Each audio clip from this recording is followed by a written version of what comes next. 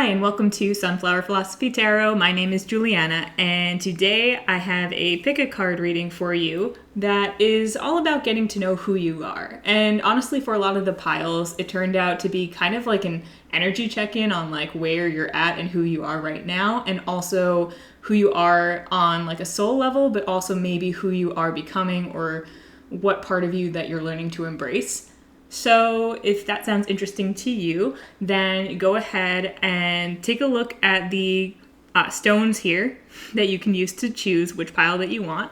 I will have the timestamps in the description so that you can go straight to your pile if you would like.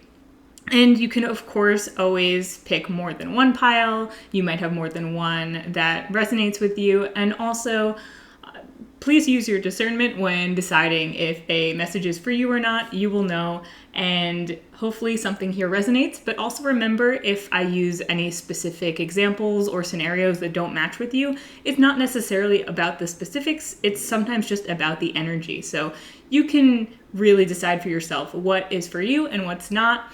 And hopefully that you'll learn something here that's useful for you and have a great time. I actually really enjoyed tapping into all of these energies. It was really interesting getting to know you, whoever you are, and I hope that you feel the same about listening to the reading. So without further ado, this here tiger's eye is for pile 1. And this red stone with like gold flecks in it, if you can see those, is for pile 2. This green stone is pile 3. And this black stone is for pile 4. So go ahead and take a moment to decide what pile or piles are for you, and then head down to the description and pick your timestamp, and I will see you in your reading. Hi pile 1, welcome to your reading. I am excited for this one because it is the very first pile of the very first video of this channel, so welcome. You are the first people I get to read for, and that's super exciting. So I'm really excited for this reading today. We are doing a bit of a meet and greet here where the premise is to get to know yourself, and through that I get to know you too, because if you're watching this when this is first uploaded, this is the first video, so it's kind of like my way of getting to know people who may or may not be interested in watching my videos. But also, I just thought that it would be a good way for you, whoever you are, to maybe get to know yourself a little bit better, or just have some fun and explore yourself based on the messages that come through and see whether or not they resonate. So my idea for this reading is that we're going to, I already have cards for you that are basically the bigger card's going to be a representative of your like overall self, your higher self, aspects of yourself that are seen from a higher perspective. So whether you see that as your higher self or as spirit or just a more objective perspective, whatever you kind of see that as, like yourself at your fullest potential in this lifetime. And then the smaller card is going to represent like your material self and who you are and where you're at right now from a perspective that you might recognize, because sometimes we don't always recognize exactly who we are from a higher perspective at all times, but sometimes they also do align, because it's all of it is who you are, whether you recognize it or not, right? So that's the idea. So we're basically going to help you see maybe where you're, who you are, truly who you're meant to be, and how aligned you are with that. And it's really up to your discernment whether or not you resonate with any of the stuff that's going to come through. So, if stuff here just really isn't vibing with you, it's not sounding like you can go pick another pile. But also, if maybe some things sound like who you would like to be, but you maybe don't feel like that's where you're at, or it sounds like something that you're working towards, or maybe something that, resonates, but you don't really like it, maybe you want to change it about yourself. sort of notice any of that, interrogate that, and see if, maybe there's something here that is leading you towards a version of yourself that you're actually looking to sort of inhabit, if that makes sense. I'm actually so like, I don't know if any of this is like, it might take me a little bit to kind of like collect my thoughts and stuff, because I was getting so much energy when I started to read this pile, and I don't know if it's like your energy or if it's just me being excited to do this. It could be both. So without further ado, also, if you picked the Tiger's Eye, I believe this is Tiger's Eye. I don't know, actually, like some of the stones I have, I don't know exactly what all of them are, but this one I do know is Tiger's Eye, and I actually kind of chose it for you guys specifically based on the energy that I was feeling. So if you chose this is your pile.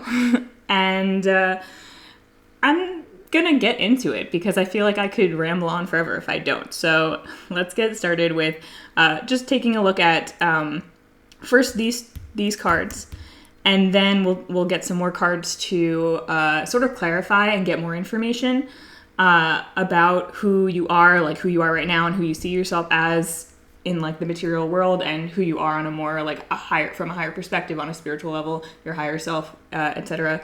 We'll get more clarification on that with more cards, and then we'll do some fun. I have some quote cards, some song cards, and also some advice at the end to basically just make sure that you are, on the best path for you and on the road to being your best self, whoever that may be.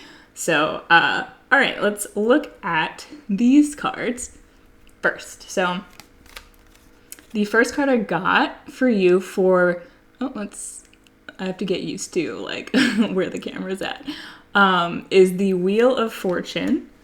So, the Wheel of Fortune card here is representative, as I said, of your like sort of material self, who you are right now, who you might see yourself as, and maybe what point you're at in your life at this moment. And so actually with the Wheel of Fortune, first of all, this could mean a few different things. So the Wheel of Fortune is a major arcana card, so it's a big card. So it could mean that you're actually at a big moment in your life. And because it's the Wheel of Fortune and it's upright, it could mean that you're actually feeling pretty fortunate right now or pretty lucky. Or if that's not the case, you're maybe at the end of a cycle of difficulties, and maybe you're looking to move into a cycle of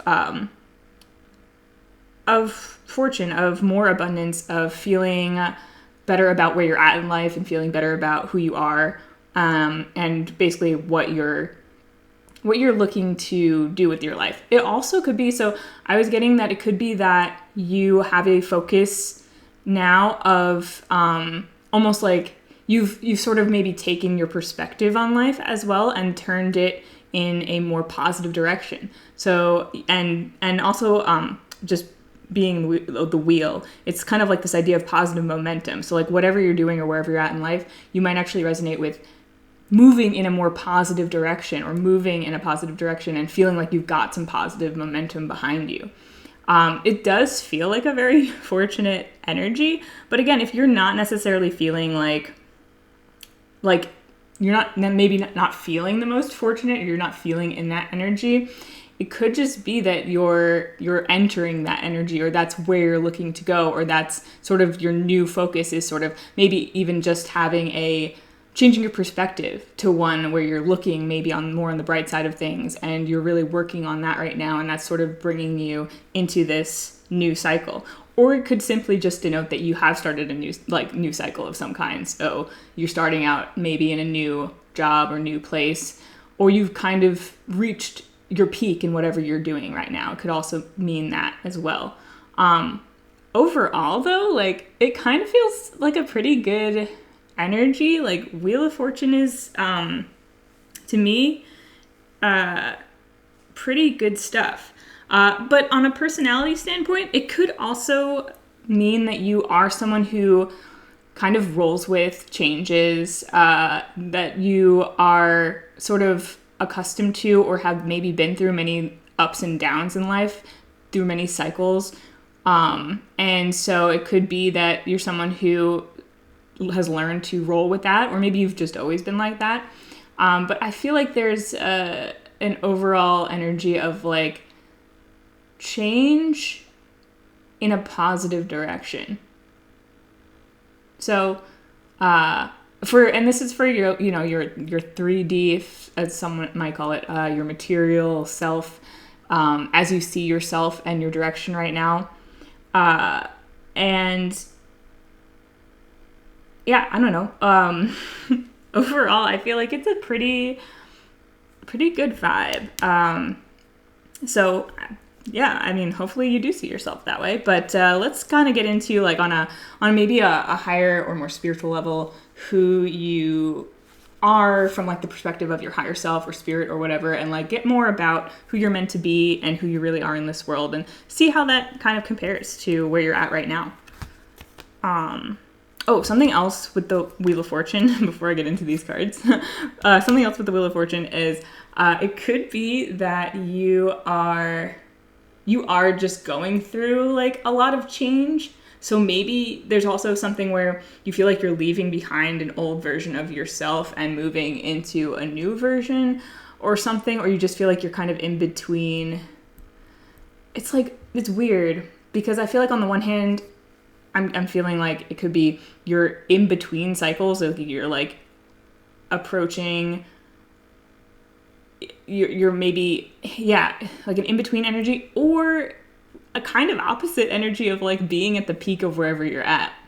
Like you've kind of reached the top of the line for like wherever you're at in your life, or like maybe the cycle that you're in right now, you're kind of like, you've reached the peak of that, and then, maybe, so yeah, I don't know, it's like either you're starting a new one or you're like getting ready to wind down an old one. Which is kind of interesting that like both of those are coming through. I mean, it could be that there's multiple areas of your life where you're at different points, or you feel like you're at different points. Maybe you're not even really sure where you're at right now with like whatever cycle you're going through, but you kind of feel like some things might be ending, or you kind of feel like you're, I don't know, at the top of your game, or you've reached your peak and you're ready for something new. I don't know. It's kind of a contradictory feeling, but let's get into these cards. And one thing I want to say too about this, can you see all these cards? Yes, okay. One thing I want to say too about this is that like obviously people are really complex. So even when we get into more messages, like this is definitely not going to sum up everything about like who you are, even like where you're at right now, but like of course not like who you are as like a greater being. But my intention with this is just to bring up like whatever's most important for you right now. So whatever things that you might need to hear or want to hear would resonate with you right now, that could kind of bring you the best guidance or information, or just make the most sense for you. So yeah, but so with the higher self cards, we got 2. And so I was actually, you're the only group that got 2. I was intending for each group to just have one of these cards. These are from the Mary L. tarot deck, by the way, which is very, like, I love the artwork. It's very interesting. And this is the inversion tarot, I believe. But you got 2 cards, and it's so interesting because the first card, well, actually they both popped out together, but it popped out kind of like this. The Knight of Swords was on top, and it fooled me because I didn't think there was anything under it, and then all of a sudden, boop, the 7 of discs, which is the 7 of Pentacles, was right under it. It was stuck to the back of it, actually.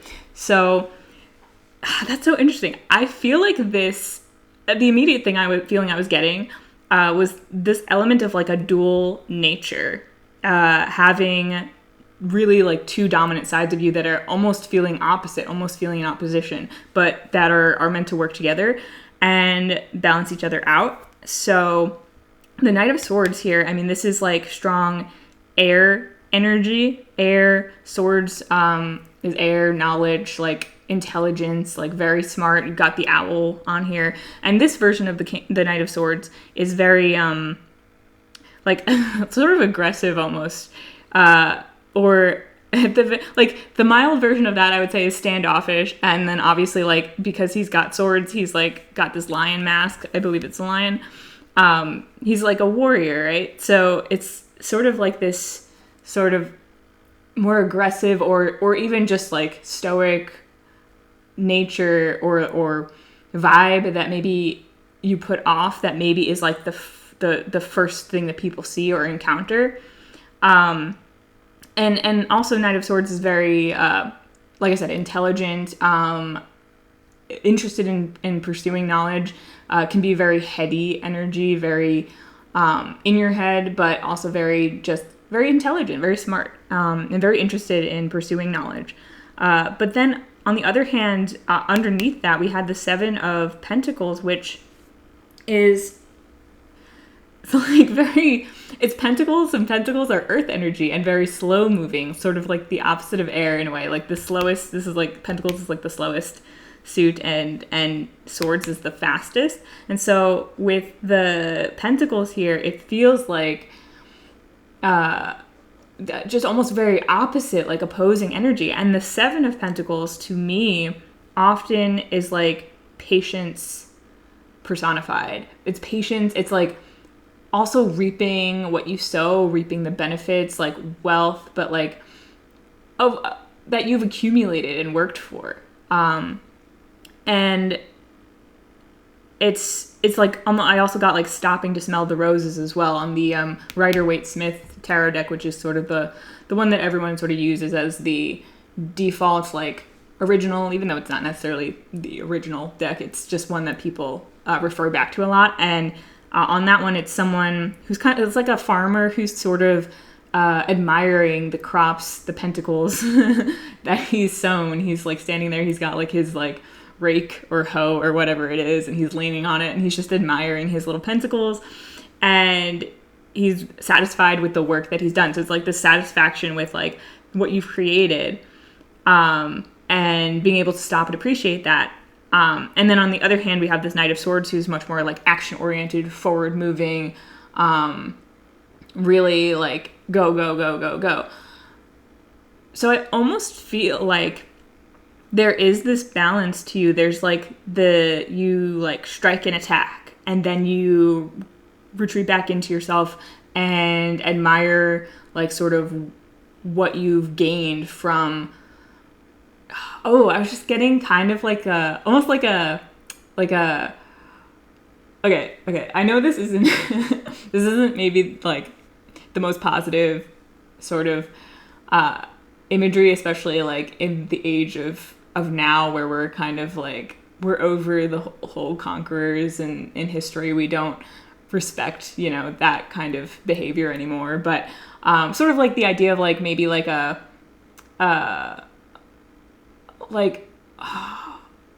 okay, I'm getting like a Viking soldier or something going out and like conquering and like pillaging like a new place, a village, and then going back to their home and admiring like the things that they've gained from that conquest, okay? Which you do not have to take literally because, I mean, I don't know, like, I'm not here to judge, but I hope that you're not like out there pillaging villages literally, but like obviously taken metaphorically. It can be like you're someone who you go out there like and you attack like a new hobby or a new thing, or like in your workspace you take on a new project, or you dig into a new concept or idea, and then you spend some time with it, and then you go back and sort of reflect on the experience, on what you gained from it, and you admire like anything that you created from that experience, any knowledge that you've gained, and you go back and you appreciate it. And I guess it kind of honestly aligns a little bit with this Wheel of Fortune idea of like, almost like the cycles of like, it almost feels like the cycle of like going out, being active, and then coming back in and being reflective, and then sort of repeating that again. And so it's possible that maybe you feel at this moment that you are very aligned with yourself. Or if not, you're sort of getting to a place where you're ready to become more aligned with like who you truly are and in touch with the different aspects of your nature and like letting those work together very harmoniously. But yeah, actually, and there's also a lot here. Like to me, this being like the first pile that I'm getting to do, and like being that you are sort of almost like a front runner energy. Like you're someone who's going to dive into something like head first. You're not necessarily afraid of that, or at least your truest self is someone who is willing to do that and is not afraid of that. This is why I chose the tiger's eye specifically for your pile, because I was kind of getting that like brave energy. You're just like, yeah, I'll just dive into this and see what I can get. And basically like it's this energy of you could go in and explore maybe anything. Maybe you explore a wide range of different ideas and concepts, and you're not afraid to look at things that are maybe even people might be afraid to look into, but you just go in there and you take everything that you find and you make it into sort of the best version of it for you. Like you create. There was something, so in the Mary L. Tarot, it has like a book that came with it, and the Mary L. Tarot seems to get into really sort of the like deep occult meanings that people have like given to tarot cards over the years, and things that I'm still learning about. Like it takes from a lot of different mythologies and cultures and stuff and puts kind of it all together. And so the booklet, the description for the cards are really interesting and always provided a somewhat newer perspective for me on each of the cards every time I read them. And I did glance a bit at the booklet before I started this, because I wanted to remind myself sort of what those cards specifically say. I tend to read more intuitively, but there's a lot of like different connections that you can make based on what that tarot book talks about, because it's so expansive and like it's hard to explain. But the point is that when I was looking into this card, I'm pretty sure it was this one where it said there was a lot of references to like chaos and order and bringing chaos into order, and a lot about there was something also about like if you know the story or one of the stories of Odin from Norse mythology, he hanged himself from the Tree of Life, Yggdrasil, I believe that's how you say it, in order to gain knowledge. I'm not like an expert on the story, but from what I remember, it's sort of like he needed to suffer in order to gain knowledge. And he is a figure in Norse mythology who is not afraid to do whatever it takes to get that knowledge. And so he like hanged himself from the tree for I think 9 days, and then he came out of it with like all the knowledge in the world, or much more knowledge than he had before, or whatever. But that's the kind of energy I was just sort of pulling at. For you is like, yeah, you go in, you're not afraid to sort of take on maybe you like dive into whatever you're drawn towards now, and you aren't afraid to like maybe risk a little bit of suffering in order to gain some knowledge, but in a very positive way. I feel like this is who you're meant to be, right? This is and maybe it's someone that you haven't always been. I was getting the feeling that for a lot of you, you might feel really aligned with who you really are at this point in your life, but for others of you, you might still be working on this or coming into this and still working to accept maybe the parts of you that are curious and that are willing to go to great lengths to acquire knowledge, because a lot of people around you might not understand that. They might not respect it as much as you might wish that they did, or you might not even understand it or respect it at this point, but it might be something that you will notice about yourself and appreciate about yourself more as you go.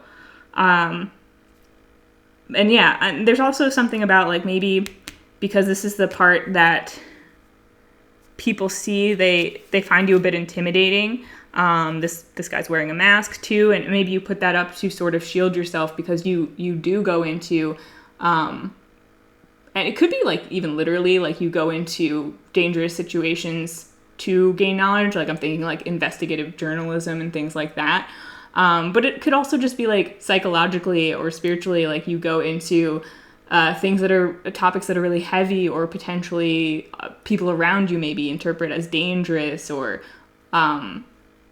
scary.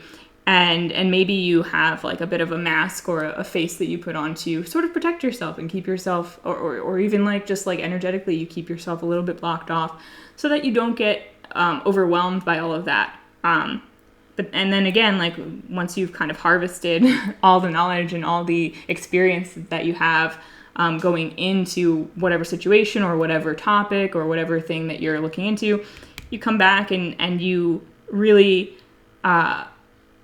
you like look at like the gold nuggets of like what you collected and you kind of piece them together into something that is beneficial to you. And this could be just like on a personal level, like within your personal self-growth, but it could be like for your career or for other people in some way, you know?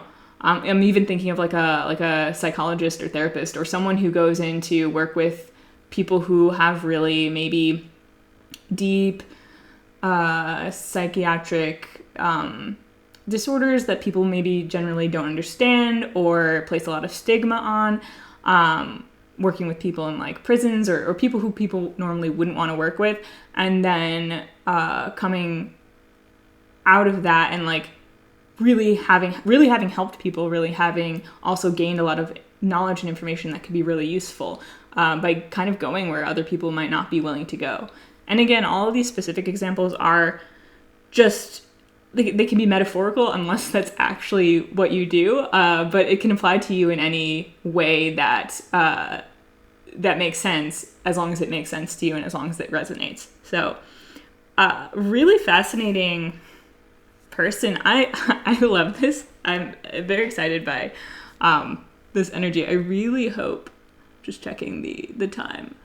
Okay, I really hope that this reading comes out because I really want to share this with you. So now I will get some more information, just like some more cards to sort of clarify this further.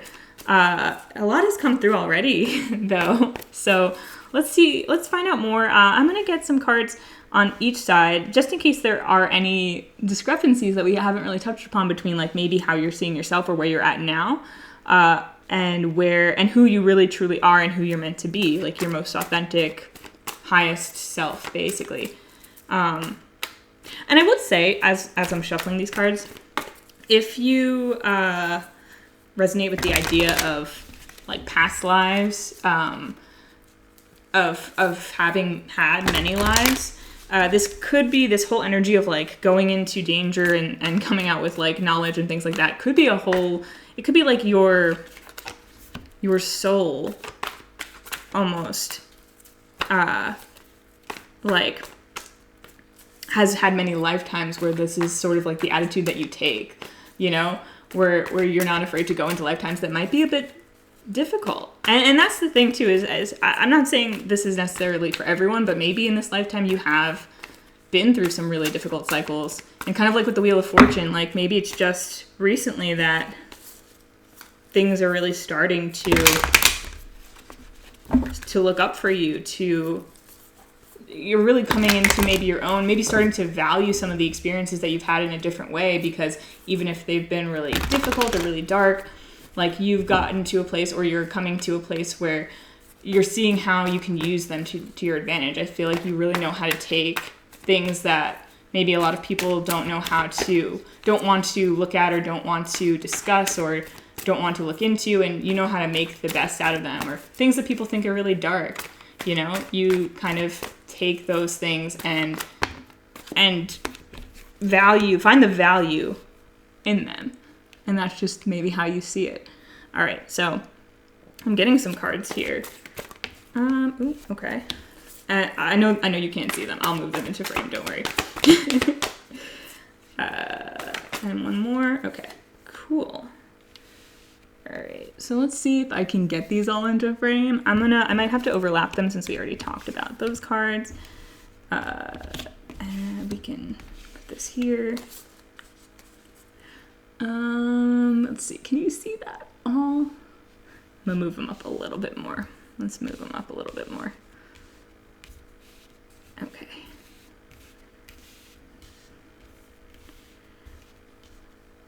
Forgive me, I will figure out my setup as I go. I can move this over a bit more too, actually.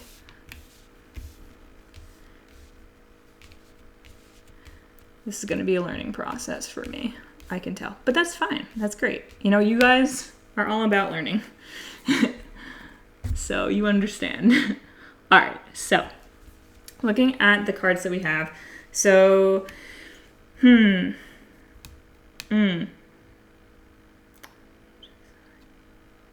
interesting. Since okay,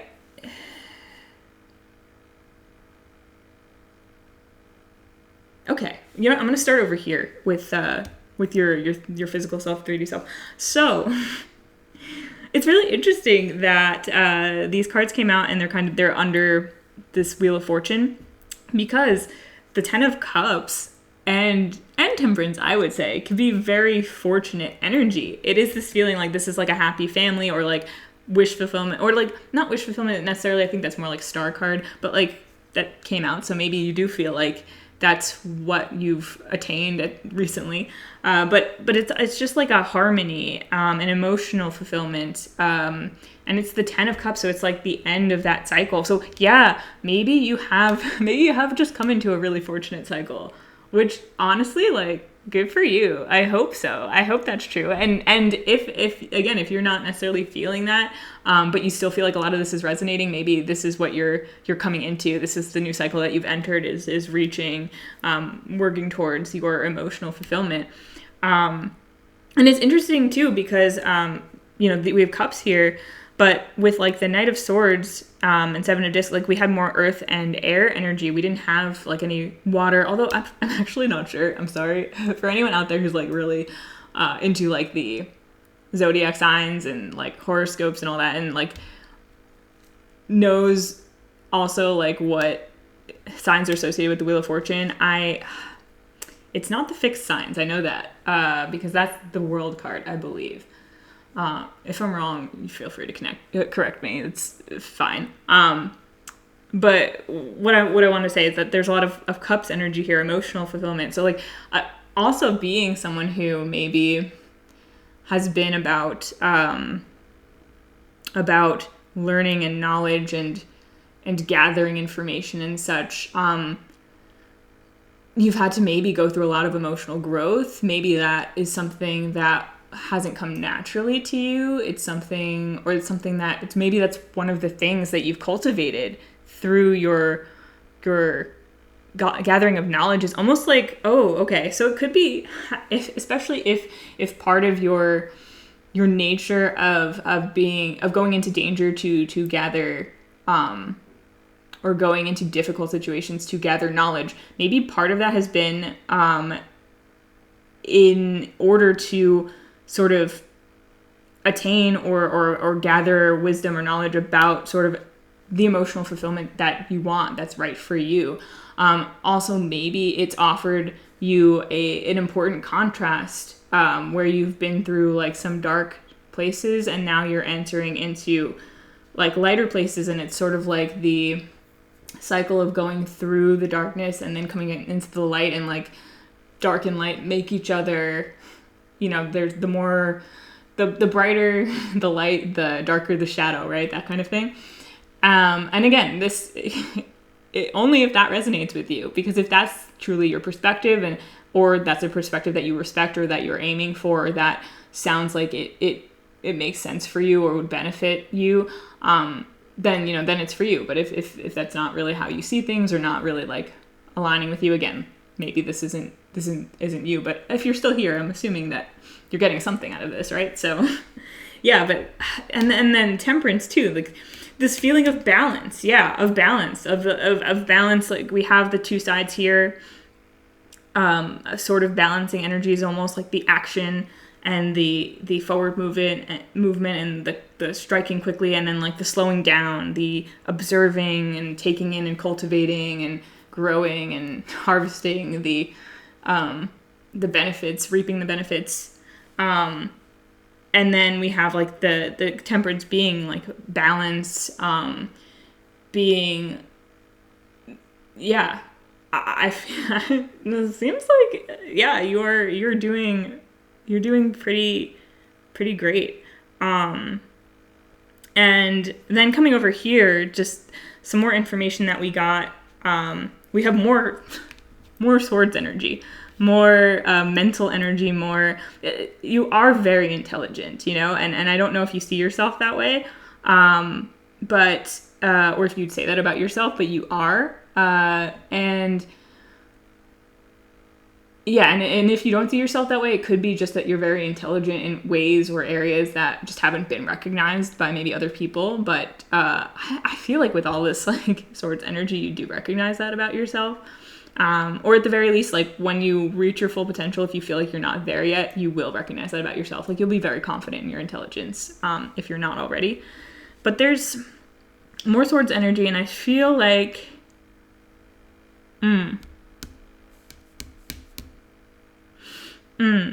okay, so there's a few ways that I could take these clarifications. So the Three of Swords here, it can be a card about like grief and strong emotion, and it could also be about like mental energy that's like, because it's swords are mental energy. It's not cups, right?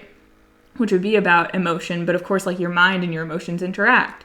And a lot of like the grief that we can have or even sometimes cause ourselves can be very cerebral. So it can be that with this in reverse, it can be that maybe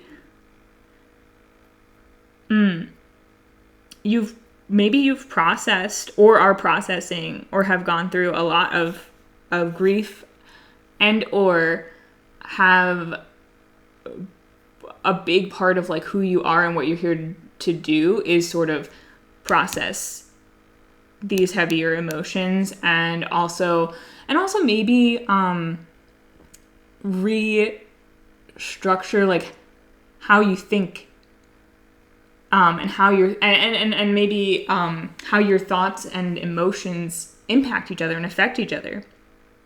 And with the Page of Swords in reverse over here, so sometimes with the Page of Swords upright, I can get the sense of the page can be in this stance sort of like they're holding back, and not necessarily holding back because they don't know what to say or they don't know what to do, but it's kind of like they're watching and learning, and they're not ready to wield their sword yet. But because this is in reverse, it's possible that maybe you are moving into a time where, or maybe you've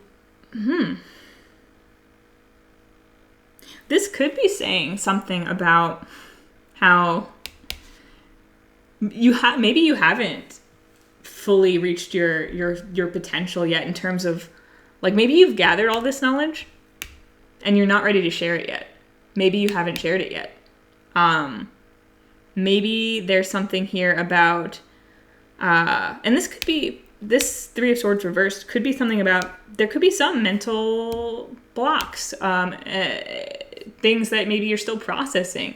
And maybe you're not ready to share. Maybe this is sort of, if you feel like there's anything blocking your full potential, or you feel like you've got a lot of knowledge and things that you've gained and you're not necessarily being utilized right now in the way that you feel like would be most useful, or you feel like you're just, I don't know. It's interesting because I almost don't know what to do with this energy, because it feels so counter to what we've got up here with the Knight of Swords and Seven of Discs. But I also get the feeling that you're someone who maybe is closer to being aligned with yourself than not. So it could be just, and these are, these aren't huge cards either. It could be that you have maybe some small griefs or fears or just small things that are holding you back, like you haven't fully unleashed your full potential yet, or you haven't fully embraced expressing yourself yet. Yeah, there could be something here about that. Like there's just maybe some things that you don't know how to express yet, you haven't expressed yet. And maybe you are going to step into that in the near future, once you've kind of processed what you need to process here. We will see if anything comes out in terms of like advice cards and just like with the songs and quotes and stuff. So that might clarify that further. But yeah, I don't know. I really do like your energy. I was, like I said, I was feeling very energetic when I started reading this, and maybe you are a very energetic person, with the Knight of Swords, and maybe sometimes your mental energy interferes with that, because maybe with all this, like, this energy really points towards thinking. Maybe there's some overthinking. Maybe there's some mental patterns that sort of get you down a little bit and can get in the way of your energy. I know from personal experience that your thoughts really can weigh down your energy if they are consistently negative or just not aligned with the truth, with what's actually true for you, which you'll know if something just feels heavy or bad. And when you're thinking about it, like the more that you notice your thoughts and your patterns, you'll notice if you have a thought and all of a sudden the energy just leaves your body. That means that whatever that thought is, the way that your perspective is on that, or what have you, is not aligned with your truth. There's something about it that's not aligned with you, and it's not giving you energy. And there's nothing, wrong with that or to be judged about that. We all have those patterns from different experiences. We're meant to have that. And I think you're someone who maybe has been meant to, like I said, go into maybe some hard things and then come out with knowledge. And sometimes you pick up things along the way that might weigh you down a little bit. So it could be that you have some things that, and maybe it's things that you've already processed or are in the process of getting over, but you might have gone through a lot of rumination and stuff that was just weighing you down a bit. Yeah. Okay. So hopefully all of that makes sense. I'm going to actually get some advice cards now from this Hafiz deck I have.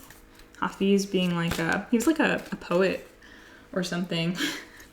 I'm blanking kind of on actually what he originally did, but yeah, we're gonna get some advice in terms of just whatever you need to hear right now to be your best self, your most authentic, happiest, highest self.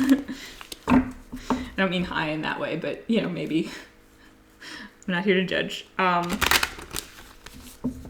right, so let's get some of those, and then we'll get some quotes and songs just for fun. So, all right, what is some advice for you that you need to hear right now? Pile 1. Ooh, okay. One card almost fell on the floor. Oh, okay. We'll take these two. Can you all see that? Okay, cool. And then see if there's just one more. Yeah, okay. Ooh, okay. And then, I'm going to leave the bottom of the deck out. I don't know if you can see that over there. Okay, cool. So we have number 11 with relax, number 9 with use your power, and number 10 with move forward. And then on the bottom of the deck, we have 43 with have courage. Also, just in case numbers are important for you, 7, 10, 10. This is 14, which numerology reduces to 5. Numerology 10 reduces to 1. this reduces, 43 over here reduces to 7. So, and this 11 reduces to 2. If you know anything about numerology, or you have numbers that are significant to you in some way, that could mean something to you. I'm sure as I get more into numerology and learn more about it, I'll have more to say on that as well. But yeah, if any of these numbers are significant for you, take that as it resonates and accept that as part of your message. So okay, we have relax. First of all, yeah, with being seems like a very energetic person, and also maybe having a lot of mental energy, or having a lot of thoughts going through your head, maybe having a lot of experience with rumination, and maybe having been through a lot. Relax is a really important message for you here. That might be one of the things. It could also just be like where you're at right now. Something else that came to me, because as we established, some of you might be in a really good place with this Wheel of Fortune and 10 of Cups and Temperance, where you feel pretty balanced and you feel like things are going really well. Maybe there's a part of your mind that sort of wants to catastrophize or think that things could start going wrong, and maybe there's a part of you that's sort of on high alert. You know, you're kind of maybe used to being that kind of person, and this is saying that you're free to relax. You know, you don't need to be on alert right now. You can. It might be hard, it might not be in your nature, but it's definitely available to you. So relaxation is very important. And I'll read the little passage from the book for you. Relax. The moon, so relaxed and knowing, people can say anything about her and she wouldn't mind a bit, like Hafiz these days, which is a bit of poetry from Hafiz. If you know who that is, then great. If you don't, you can look him up. It's time for some good old-fashioned self-care. Not the kind the world would like you to buy into today, like spa treatments. Just the self-care Mother Nature herself has provided for millennia. The moon, the stars, the trees, the wind. Relax, unwind, seek nature's embrace to reclaim your inner wild self, live and blooming and perfectly at ease with all that is. Yeah, and so maybe you just need to go out in nature a little bit, or, you know, whatever your version of self-care is that feels like it's most beneficial to you, go for it. And then 9, use your power. I feel like this is just acknowledging that you are very powerful. This is a very powerful energy and combination, I feel. There's something with the number 9, but I'm having trouble zeroing in on it. Oh, it's also wait a second. 9, 10. Yeah, I'm a little bit scattered too, so I don't want to like blame that on you guys, but maybe you've been a little scattered lately. 9, 10, and 11. Look at that. It's a progression. It's like a cycle, like a progression, like the Wheel of Fortune, sort of this movement energy, the Knight of Swords being a very movement oriented thing, and then this 9, 10, 11, this progression of numbers. Yeah, I don't know. I feel like there's something in that. I love that. Okay, so we already talked about relax. I talked about that one first. I actually think it makes more sense being over here with this Wheel of Fortune card and this 10 of Cups and Temperance. It's like in this energy, in this present energy, or in the energy that you're looking to bring in. If this is something that you don't feel like you're quite there yet, but that's what you're headed towards or what you're aiming towards. It's like relaxation, big part of that. Okay, big part of that. And even like it looks like there's people maybe relaxing with their family or with community too. And this is a family card. So for you, whatever that looks like, again, your version of like family and emotional fulfillment, like, yeah, relax. Relax into this energy, and relax if it's not here in your physical world yet, it's coming. Yes. Okay. And so over here with use your power and move forward, both of these I feel are, like we mentioned, there might be an energy of something maybe holding you back a little bit. Like maybe you're not fully embracing who exactly you are and putting that out there in the way that is most aligned with you or meant for you. So if you feel like that, this is telling you that, you know, you can use your power, that you are powerful, and you can embrace that. And there's the tiger here, and we have the tiger's eye. Tiger's eye is all about courage and action and, eye of the tiger, right? Like it's fiery in a way, and we don't have a lot of fire energy here, but you know what I mean. And so, and then there's move forward, which I think could be like moving on, maybe moving forward from old habits, old mental patterns, maybe some grief that was lingering, some things that might be, you feel like holding you back, moving forward and moving on from that, but also like moving forward in the cycle, like letting that move forward. So again, if you maybe are having trouble settling into maybe a more peaceful life or maybe a more peaceful mindset, it's like encouraging you to keep moving in that direction, keep moving forward, keep going.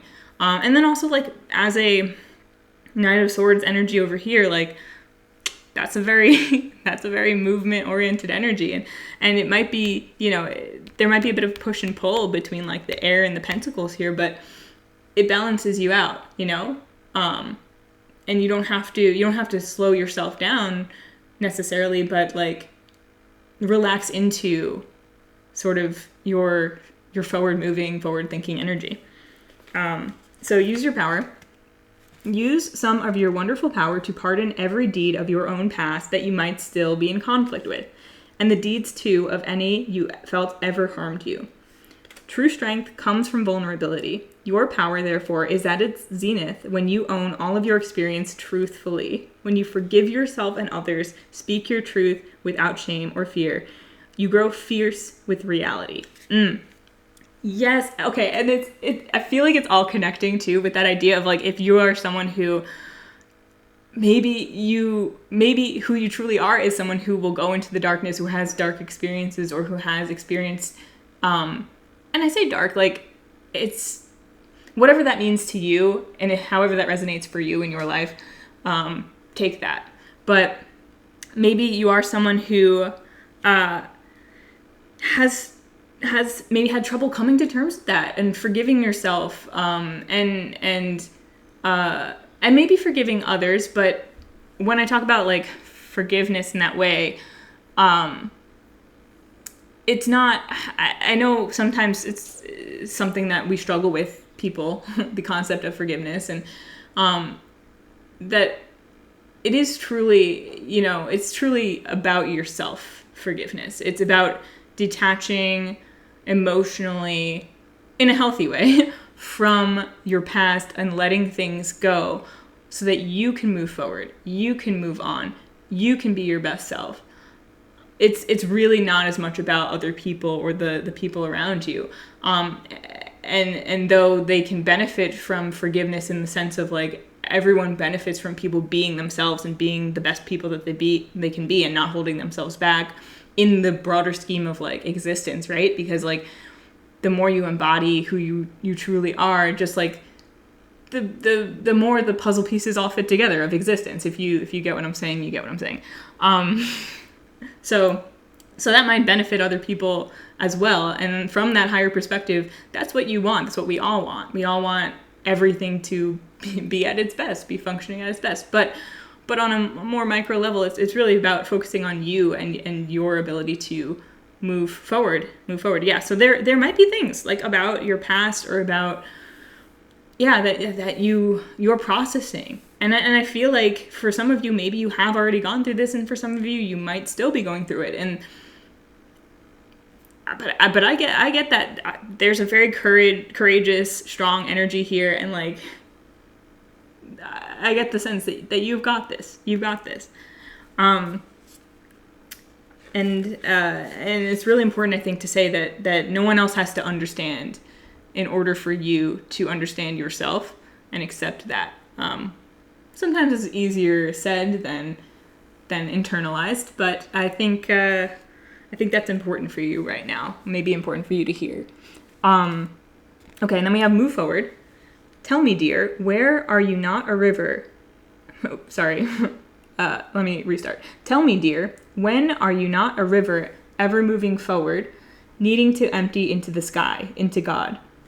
The swirls and eddies of the mind are easy to get caught up in, and soon our whole life can feel stuck. Loosen your rigid thoughts, let go of the need to be right or even to be understood. God understands you better than you understand yourself. Let that be enough for now and move forward into that peace like a river.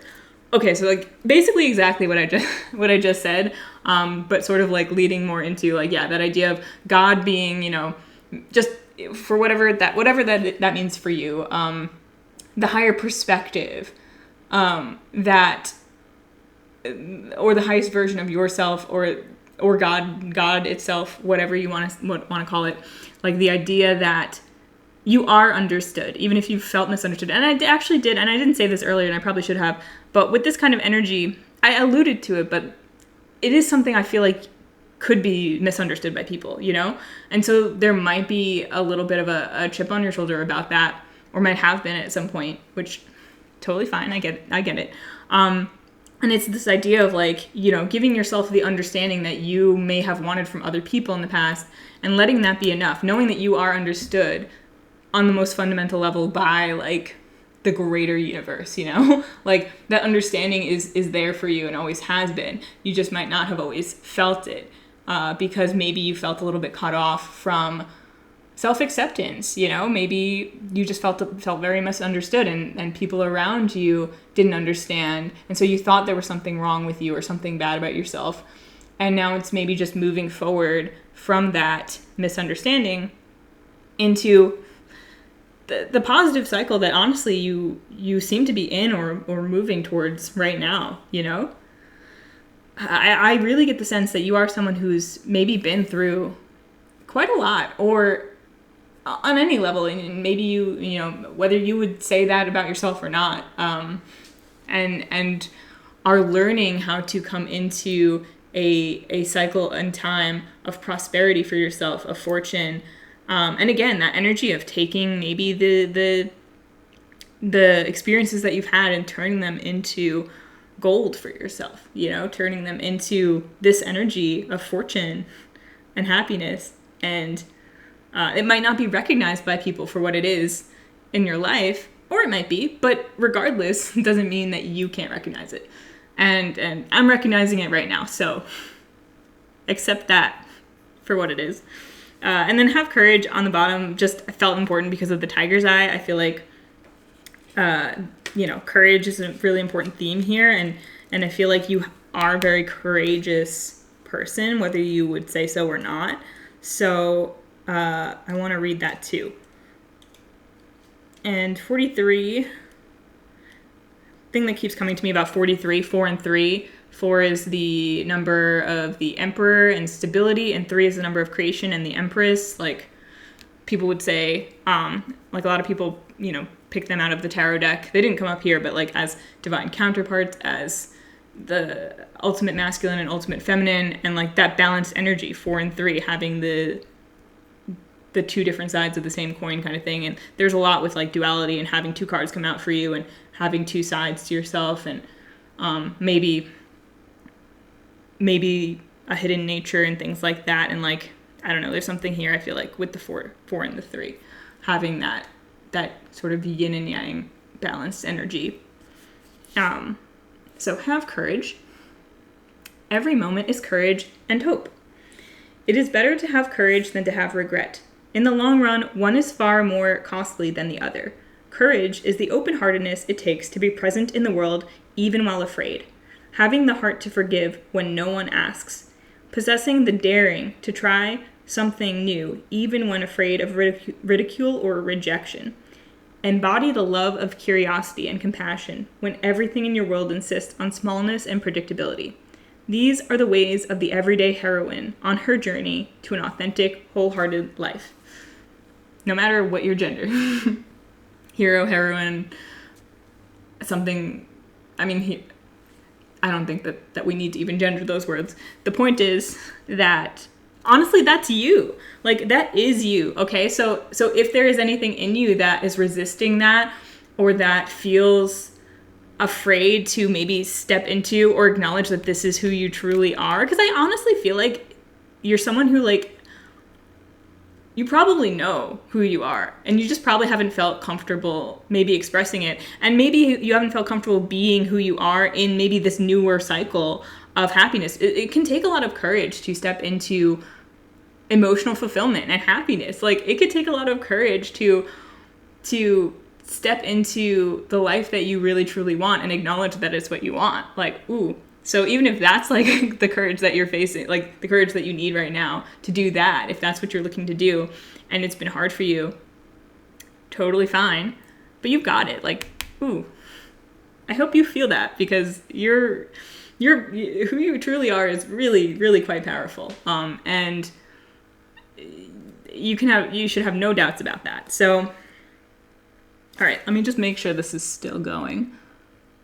It's still going. Yay. All right. So let's get a couple quotes maybe and some songs. I have these cards I made, handmade, and I never really intended for them to like be for anything except my own use. So we'll see. Hopefully you like them.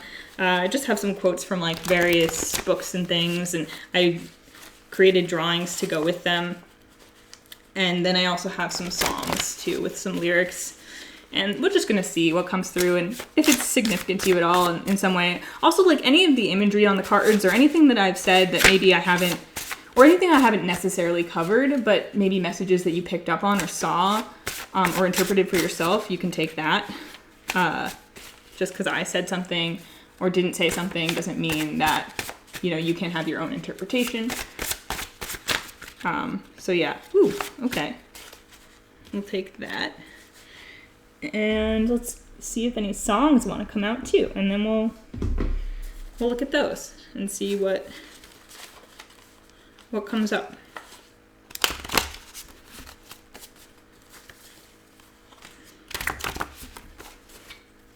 Yeah. Ooh, okay. You know what? 2 just fell out. And I'm going to take them. Actually, 3 fell out. You know what? We're going to leave that at that. Because that felt like that was supposed to happen. Okay. Oh. All right.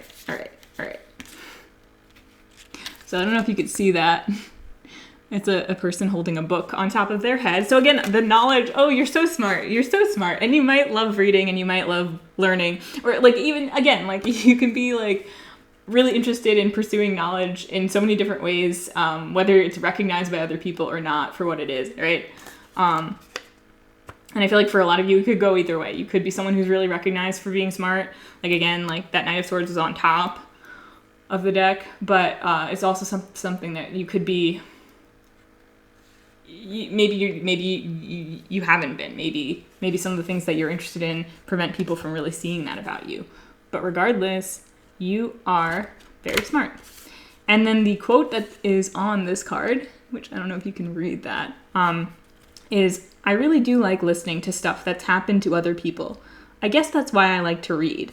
And it's from That Was Then, This Is Now by S.E. Hinton, which I don't know if you live in the United States, you might have had to read that in middle school or high school, like me. Yeah, okay. I really do like listening to stuff that's happened to other people. That was kind of like, almost like going back to what I was saying about being like a psychologist working with people in difficult situations, or an investigative journalist. But like, yeah, that idea of, and maybe a lot of the time that you spend, the focus of your knowledge gathering is around people. Or maybe you just like to read and you really like reading other people's stories. Maybe you read a lot of biographies or whatever your own way of sort of interpreting that quote, that's always legitimate. But yeah, I really do. This is reminding me, like, this whole vibe. And again, this might not be exactly or at all what you are actually doing with your life or even close to it. But like, it's this vibe of, there's this woman who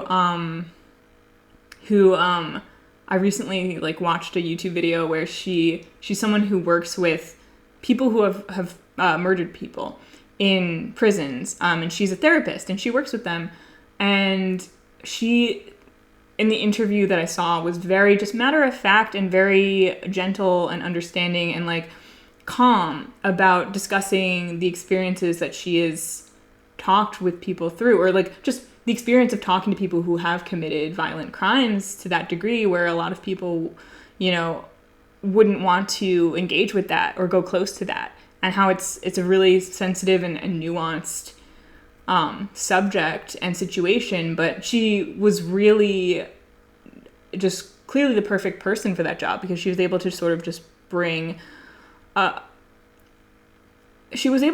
her empathy and understanding, and also just like this professionalism of like, this is my job, I'm here to work with these people and help them, you know, no matter what they've done and who they are, with the understanding as well of there are lots of people that may have been hurt by their actions deeply, you know, to not underestimate the damage that may have been caused, but to sort of put that aside or at least honestly even work with that in mind, and still make progress with them, and still be able to do her job, you know, a job that not a lot of people would necessarily be cut out for. And maybe that's just even you with your life, you know, maybe you've lived a life that you feel, or it seems like not a lot of people may have been cut out for. That was Then, This Is Now. From what I remember, a lot of difficult stuff happens in that book, you know, maybe you've either watched a lot of people go through difficult things and sat with them through that, or you have yourself and sat with yourself through that, or whatever it is. And I know it sounds like it might be getting a little heavy, and like, I feel like that might resonate for some of you and not for others. I think we have a whole range of people here, obviously, so it's kind of just whatever makes sense for you. But yeah, I'm getting, I don't know, but I'm getting, again, someone who's not afraid of darkness, whether it's been in your life a lot or not, like whatever, you know, you have that energy of that woman who's just like down with, you know, working with people who other people just really wouldn't want to work with, or working with things that other people might be afraid of. You're not. Okay. Enough with that. Let's move on to the songs. So first of all, actually, this isn't a song. This just is a card. I don't even know what made me make it. I was just, again, these song cards were not meant to originally like be seen by anyone, but I'm pretty sure that I just made this card while I was making the song cards. It's not a song, but if there is a song that you know called like Beautiful, then go with that, you know, if that's reminding you of any songs, maybe that song has a message for you, whatever song you're thinking of. But I just thought this was a cute card, so I left it in. And on the back it says, my best self, my light, my love, my vulnerability, my strength. So yeah, a really self-love focused card. So for you, maybe that's important, like recognizing, even if like you like things, or have been through things, or have been interested in things that people wouldn't necessarily call beautiful, maybe you see a lot of beauty in things that people wouldn't be comfortable seeing beauty in, or wouldn't call it that on its face. It's also like accepting all parts of yourself, your vulnerability and strength, and seeing those as one. There was a reference to vulnerability and have courage, because you can't really have courage without experiencing vulnerability. And maybe that's something too that you've protected yourself from.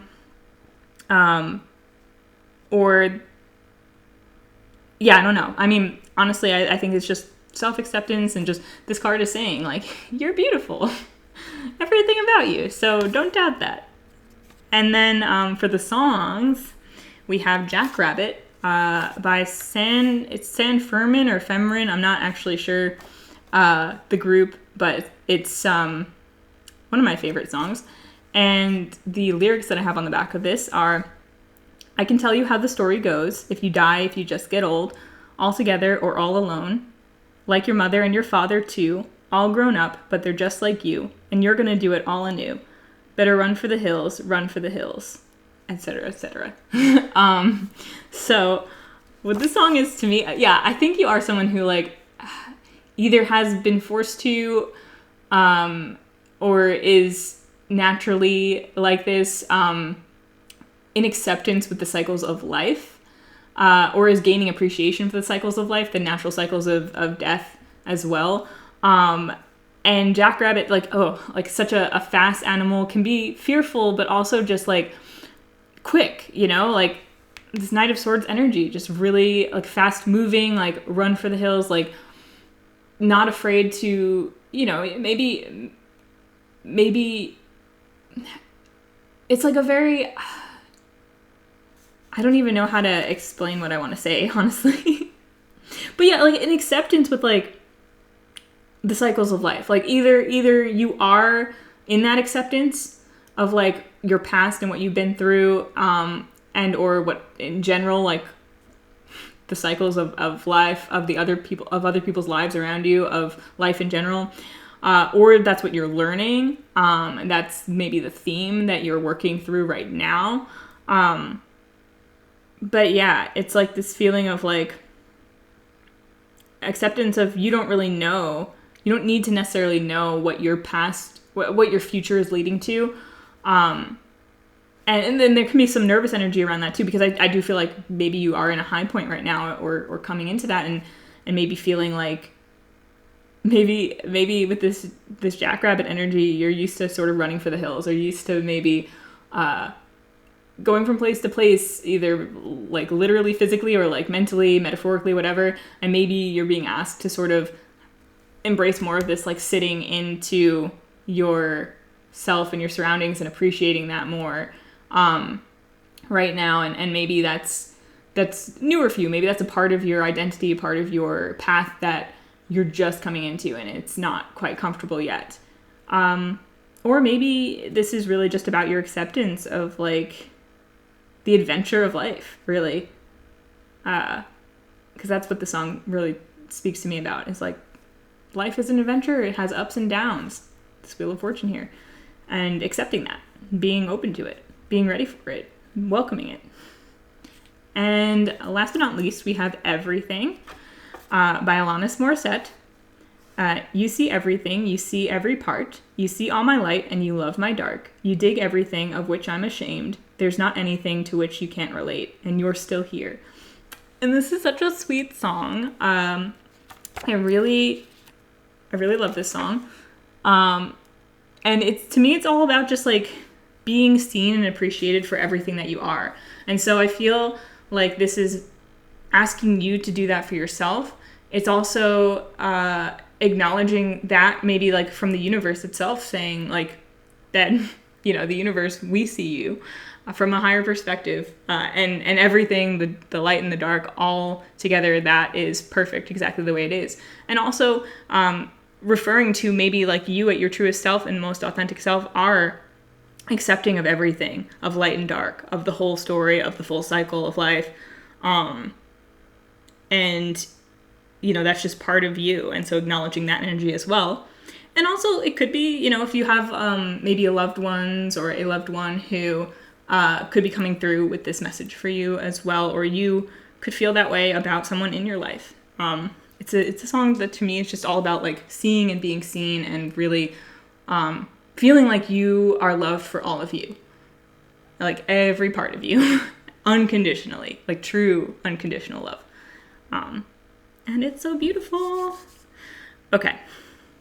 Oh yeah, and relating that to like, yeah, I think other people might experience that from you as well. Like that's one of the benefits of being that kind of person who can see the light in the dark and the dark in the light, and like bring out the best from every situation no matter what, is that other people feel unconditionally loved and appreciated and seen by you.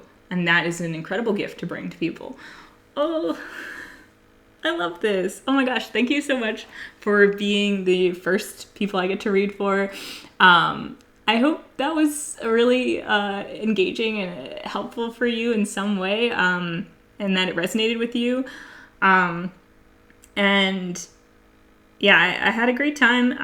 So hopefully you could see all the cards and everything, and hear me well enough. And oh god, the technical aspect of this is really the part that I'm worried about, but I'm really enjoying this experience so far, so I can't wait to make more videos. So yeah, I hope you enjoyed that. Thank you so much for letting me connect with you, and feel free to like and subscribe and do all the things, comments, whatever you want to do. And if you're interested, I will link in the description my website. My mom and I have a business. We are certified consulting hypnotists. I offer tarot guidance sessions or tarot recordings on the website as well, and my mom does human design readings. So if you want to check that out, sunflowerphilosophy.com. It's in the link in the description. But regardless, I hope that you got something out of this today, and I hope you have a wonderful day or night or whatever stage of the cycle of life that you're in. I hope it's going well for you, and I hope to see you again sometime soon. Bye! Hi, Pile 2. Welcome to your reading, which is going to be all about who you are, getting to know you as a person. So I thought this would be a very fun first reading so that I can get to know you a little bit and hopefully give you some more insight into yourself as well. It's basically meant to be a reading where hopefully we can highlight some elements of you and or maybe your life or your journey that you want to examine further, or maybe even that you're not aware of, or that you are aware of but maybe you haven't acknowledged or explored as much, or maybe you're exploring it now, or I don't know, whatever you get out of this reading is really up to you. So if you chose this red stone with like some gold flecks in it, I don't know if you could actually see that. Also, like, sorry if I'm totally holding it off to the side. I'm still getting used to like where the camera is. It's really pretty though. If you can't see, there's like some sparkly gold flecks in it. I don't know what it is, I'm not gonna lie, but if you chose that, this is your pile. And I may have explained this in the introduction, although I haven't filmed that yet, but I have already picked 2 cards for you that I'm gonna explore first, and then we'll get into more tarot cards, and then I also have some advice cards just to maybe check in with where you are on your path and like where you are with being your most authentic self, and have some advice for you on how you can be more of your authentic self, and maybe tap more into the parts of yourself that we're talking about in this reading, if they sound good to you. And then also we're going to look at, for fun, I have some quote cards that I've made and some song cards as well that might just have some further messages for you. So I'm really excited to get into this. So let's do it. So this card on top, this smaller card, is going to represent sort of like your material world, material self, maybe even just where you're at with your physical life at this point. And then this bigger card is meant to represent what you might consider like your higher self, or you from maybe a broader standpoint, a more objective standpoint, or really just like a part of your essence or your soul from a bigger picture that you might not be able to see, or you might be able to see that that part of you that is essential to you that you may even be tapping into at this point, or maybe you haven't tapped into yet, or maybe this is the part of your journey that you're on. I don't know. We'll see what comes through with that, but I hope that makes sense. And so it's really going to, this card is meant to be the card that sort of represents maybe how you can actually connect with this reading initially. You know, does this resonate with you? Does this feel like where you're at? Do you see elements of this in your life? And then this card might be something that you're tapped into, but it might also go beyond that a little bit more.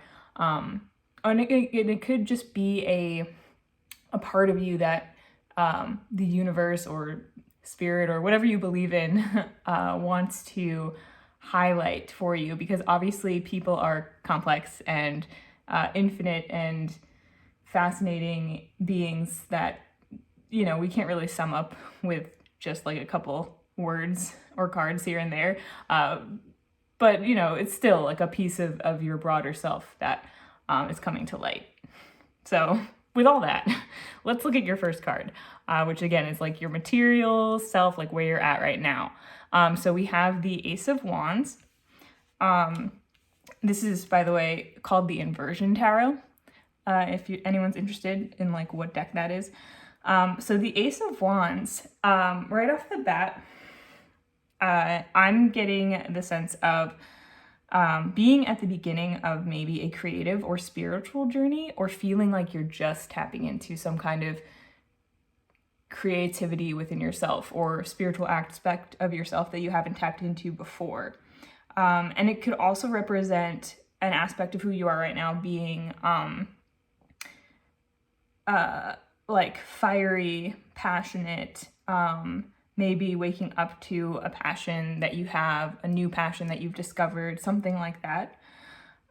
Wands are fire, so you might also be a fire sign in astrology, of course. Aries, Leo, or Sagittarius. Sorry, pile one, I didn't really get into that with your cards, but for this one, it feels sort of relevant to mention that. But you don't have to.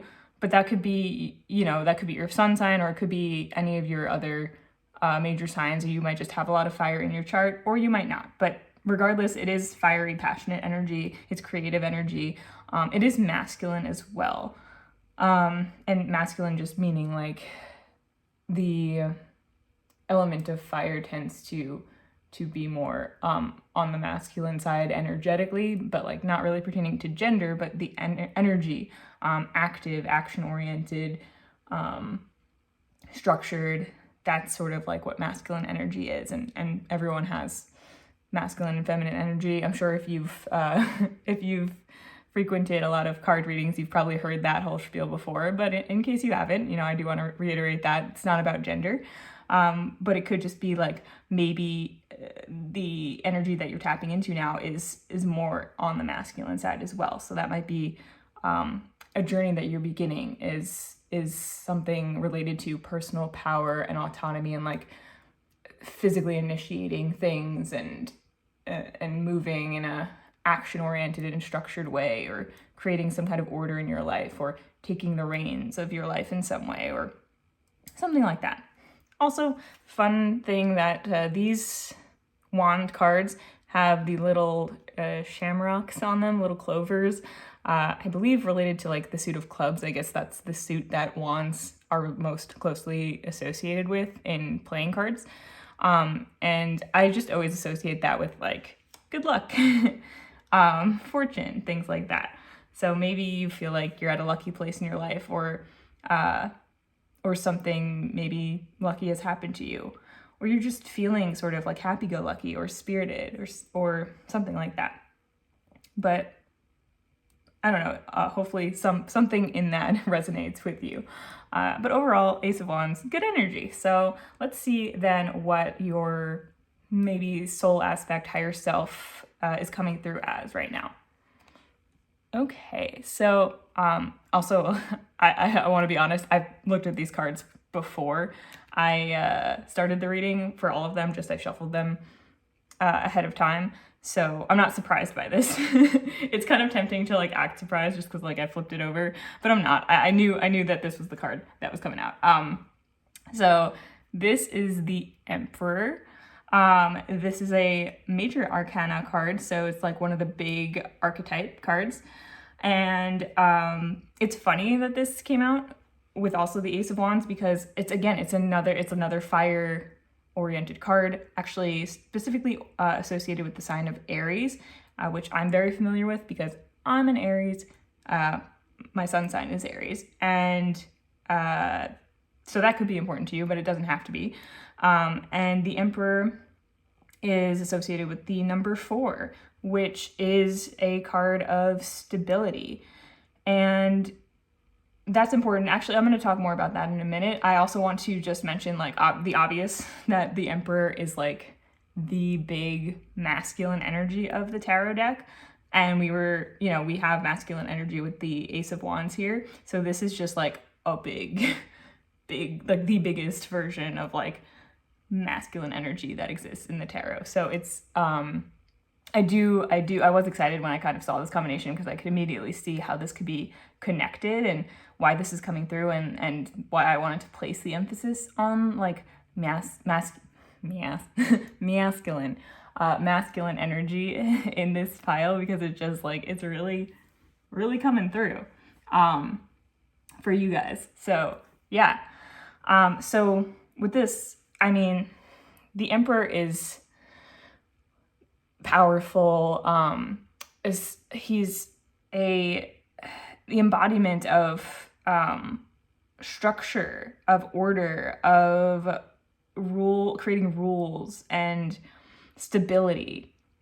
And so I feel like it almost feels to me, and we'll get into the cards and stuff, and we'll get more information, but it feels to me like almost like this, like the physical version of you right now, the material version of you right now is sort of like starting out, taking that first step. Ace of Wands, that's number one. Like you're starting out, you're just tapping into kind of this like big, powerful energy. It's like, this is you just like taking that wand, that baton, and you're going and you're moving towards tapping into this element of yourself, which is very stable, very powerful, slow moving, because the Emperor is like, he's built an empire for himself, and you don't do that overnight, what's that saying? Like, Rome wasn't built in a day. While, obviously like the modern conception we have of empires is not necessarily a positive one on like a social level, on like a metaphorical level, I mean, yeah, and even a literal level, it's like, okay, a lot of work, a lot of energy, a lot of action, a lot of power went into creating and building a big, stable empire. And so in your own way, you've got this is a really core part of you, is this energy to create a really stable, like powerful empire, whether that's, sort of like internally within yourself, in your inner world, or literally like out in the world, maybe in like a business area, or just in any area of your life, really. It doesn't have to be like literally that you are running a business or something like that, or running a country. Although that the thing is with the Emperor is that he's kind of like, at least how I envision him, is like the ideal of like masculine power, in that not toxic, as one might say. Although that has become kind of a buzzword that has lost all its meaning, as things tend to do, especially with like how language spreads on the internet. But the kind of like divine masculinity, the idea of like the balance to the yin energy of the Empress. The Emperor takes the Empress's creations, the flowy, less structured inspirations and creations that come through her, and imposes order and structure on them for the greater good, not for not to stifle or to limit, but rather to make things function in the most just the way that it will be the most productive and stable for everyone, for the greatest good of all, and with the service in mind to the Emperor's subjects.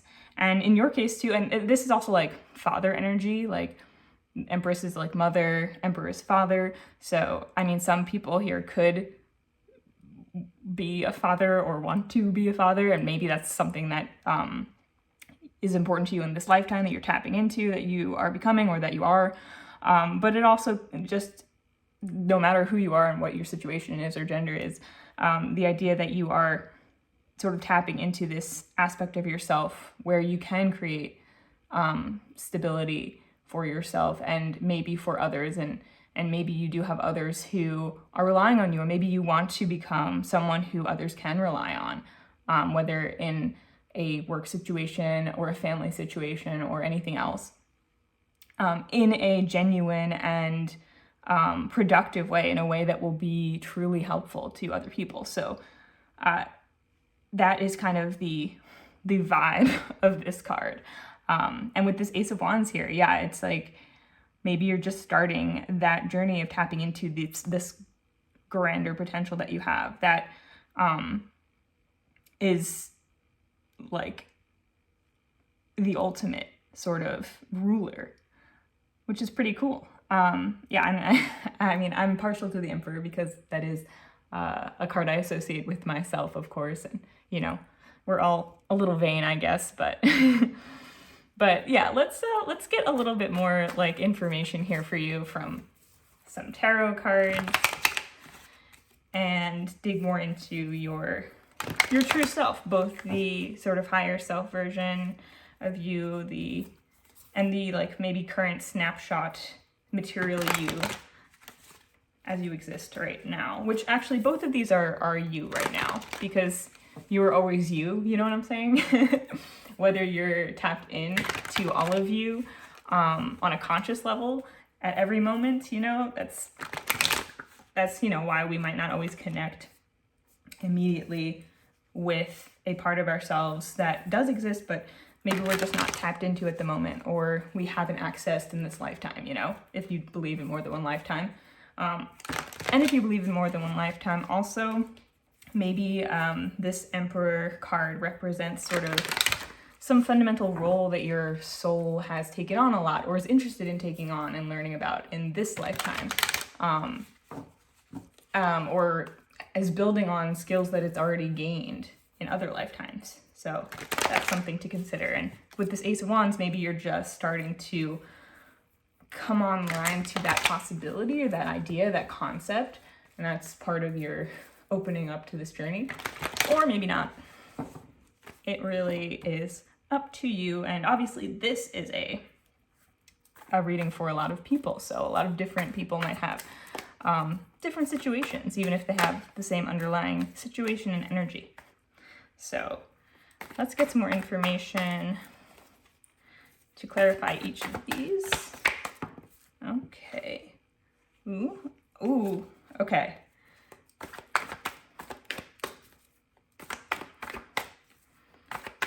I'm gonna, oh yeah, this is too low. I'm gonna move these up so that I can move these cards under it. I'm still getting used to the, like, how I've placed these things under the camera, so don't mind me. All right, let's get a few more cards if they want to come out.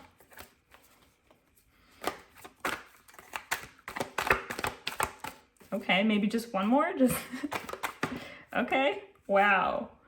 Okay. Ooh.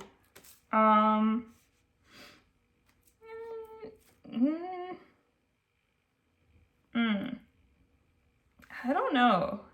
I feel like, I don't know if, okay. I might want to leave it at that for the moment, because, okay, this is interesting. So remember how I said, like, the Emperor here is sort of like the father card, the divine masculine counterpart to the Empress. So yeah, I feel like with this Two of Cups here, I don't know if this card wants to go over here or here, but with this Two of Cups here, reversed, there's one of two things I'm getting here, and one is like, it could be about like, maybe your energy has been unbalanced, where you've maybe been leaning into one part of your energy more than the other. And so this Emperor card here could represent you tapping into your masculine energy when you've been more in your feminine energy. And it's not to say that that's wrong or bad, but it's like maybe time to balance things out, time to get into the role of the actor, the protector, the rule maker, structure, focusing maybe more on your physical realm as well. Or it could be the opposite, and maybe you've mastered this like Emperor energy, and that's kind of what this is saying, is like this is an innate part of you already and you're good with it, but you need maybe some feminine energy to balance you out in some way. It could also refer to like a literal relationship in your life, where maybe like I said before, some of you, like, this could be literal about wanting like to be a father or to be a parent, a partner, in some way. And so maybe you are looking to find someone to do that with, and you're interested in finding that other half, and perhaps, or, you know, everyone is whole, but you know what I mean, like another person to create and build that kind of structure with, to rule your empire with, if I may say that. And so perhaps this is about kind of saying that, like, that's what you haven't found that yet, but that's in the cards for you. That's something that you want, that you're looking for. And that's maybe like the journey that you're starting here, is like starting to really open up to that and look into that and move towards that, by kind of cultivating this energy in yourself of being someone who's reliable and who can take care of other people and provide in whatever way that you would like to do that for someone else or for a family, etc. And with the Four of Wands here, again, another 4, so 4 is big. 4 is big in this group. We've got 4, we've got 1, and we've got 2. So any of those numbers might be significant. I know they're significant to me, so it's kind of fun that this is coming up. So maybe some of you are like Aries and life path 4s like me, I'm not sure. But anyway, 4 of Wands can be seen as like a wedding card too, and it's like a happy union between two people and like a stable foundation. So I feel like there is definitely something here of like, whether it's like literally bringing in some kind of like a marriage, a partnership or whatever, or within yourself, creating a union of energies, balancing out your energies, because when your masculine and feminine energies are like balanced, and I'm still learning about like what all that really means, but it's kind of like the idea that you have the ability to be the one who is more on the feminine side, like you're creating, you're creative, you're intuitive, you're going within, you're nurturing. And it could be with like a creative project, for example. You're going with the flow, you can create intuitively, you can kind of move from that kind of flowing energy to a more structured energy, like when you're required. Different parts of the same creative process can require tapping into different energies. And the same can be said for like anything in life. You know, sometimes we're required to go with the flow and be more intuitive, and sometimes we need a little bit more structure, we need a little bit more organization, and both things can work together in harmony. And when they do, then we kind of have the perfect situation. So that could be, you know, this could be metaphorical, but it also could be like super literal in terms of like a actual human partnership between two people, and that's what you're looking to do, and that's who you're looking to become, is someone who can be like one half of that partnership. If it's just with two people, I don't know what you got going on, but you know what I mean. So I'm just gonna see if we get like one more card, although I did notice the Ace of Cups came out on the bottom of the deck, which is on top of the Ace of Wands in reverse, and I feel like that might be significant. Like this can be an offer or gift from the universe, or like a new emotional beginning. It could be related to like relationships as well. So I thought I'd take note of that, but I just want to get maybe something more about like where you're at in this Ace of Wands journey. Like more, oh, okay.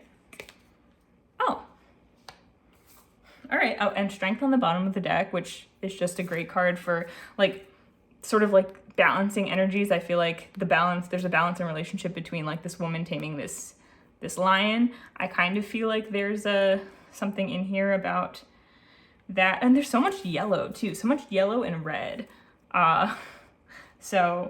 Yellow in particular, just in case this is significant to you, relates to like the solar plexus chakra.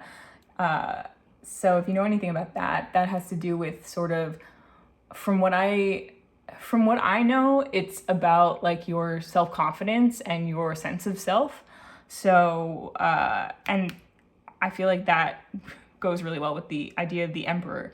So maybe that's what you're cultivating right now, is really you're working on building a solid sense of self, of self-confidence, of building yourself up in whatever way that you're doing that. And maybe you just started with that.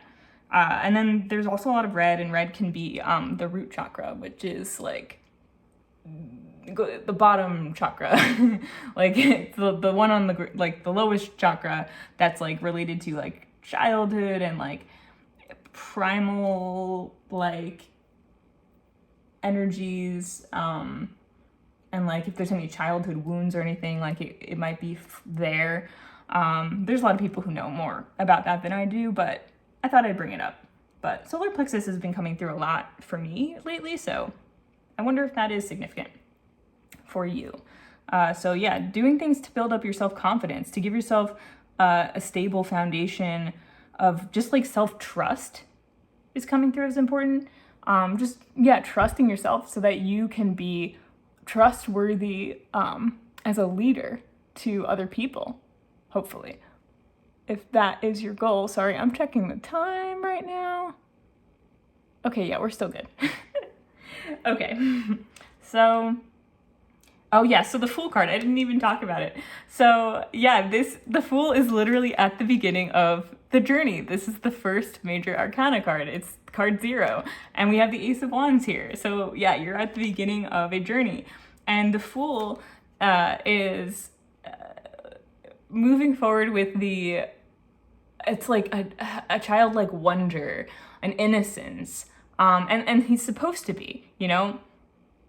Sometimes you see it as like naivete, and like fool, you can think foolish, but there's something really pure and really wonderful about this energy of just like, I'm just gonna see what happens, and just being kind of in love with life and just like letting things take you where they're going to take you. And I feel like maybe with whatever journey, venture you're starting off with, you need to just kind of trust yourself and the universe and like take that leap of faith and see where it leads. And so it feels like that's where you're at right now.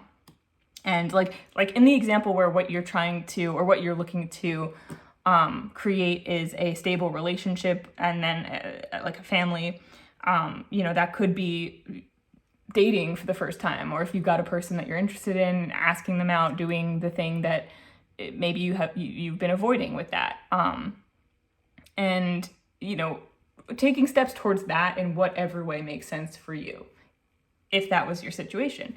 If it's like a creative endeavor, it could be putting your work out there,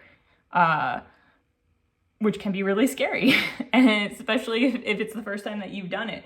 But you've got to kind of build up that confidence, and it feels like the way that you're doing that and maybe tapping into that right now is by just doing the thing and not getting in your head or worrying too much about what is going to come from it, but rather just taking the action and then letting what happens help build your confidence. Because whether something doesn't really go the way that you plan, and maybe it goes poorly, and you have to pick yourself back up and get back on your feet, well, that experience will build up your self-confidence, because if you know that you can go through something that's not perfect and then pick yourself back up again, you'll know that no matter what happens, you're going to be okay, and you'll learn to trust yourself. That's how you build trust with yourself. And then on the other hand, you might also be surprised. Actually, as long as you keep going and keep moving forward, you're going to be surprised and delighted by what's going to happen, really. It's just a matter of letting the triumphs stack themselves on top of each other, to the point where you have this basis of confidence that propels you. And so it's also trusting that like maybe it'll be scary at first, but eventually it won't be scary anymore. And you'll also be able to have the internal strength that you built up within you to trust yourself when you want to take your next leap of faith. It won't be as scary because you've already done it before in some other area. So I feel like that's kind of where we're at, and that's what we're tapping into. A few other things I wanted to mention with the Emperor. Just notice the fish on his sword. There's a dragonfly up here, could be significant for you. And also, I know I mentioned that he's associated with fire signs specifically, but also with the sword here. He always reminds me of the King of Swords, specifically in this deck. And swords is air, so that could be related to the air signs, Aquarius, Gemini, Libra. So just something else I thought I'd mention. All right, so at this point, I feel like we've established pretty well what's going on here. And I'd like to get some advice cards for you, just to also maybe give more insight, but also see if there's any way that we can help you on your journey to building this confidence and tapping into this Emperor energy and bringing forth whatever it is that you want to build. Ooh, okay. Yep. I'll read these to you after. And let's see if there's one more. Oh, two more. All right. If you must. Two more. Okay. So 2, 3, 4. Okay, and I read there's a little booklet that came with these. These are the wisdom of Hafiz, who's like a poet, I believe, an ancient poet. I really need to like look this up, but you can look up Hafiz, and you can learn who they were. And I love these cards, the artwork on them and stuff. It's very lovely. So the first card we have is Trust Your Wisdom, if you can see that. And it has the number 13 on it. And with in numerology, it would simplify to actually a 4, which is great. So we have another 4 here for you guys. 4 is very important. And so trust your wisdom. Yeah. So there's a lot about like self-trust here. Cause like if you're going to be the emperor, you have to really trust yourself. You have to cultivate self-trust. And I think with the sort of King of Swords energy, which is like swords would be knowledge, that is to me all about wisdom and trusting that you're tapped into yourself. And actually maybe like with the Ace of Wands here, maybe like that's the first part of your journey, is trusting that you've built up enough wisdom that you can move forward and you'll be able to work through and figure out anything that comes your way. So I'll read from the book for this one. Oh, there we go. What is the litmus test for wisdom? Having fun and loving while loving. Some of the poetry in this, I'm just like, okay. It is time to take action on what you already know, the directives you've already received. Trust your experience and the wisdom that has gathered in your body. Let go of doubt and move confidently in the direction of your wisdom, in the direction your wisdom has shown you.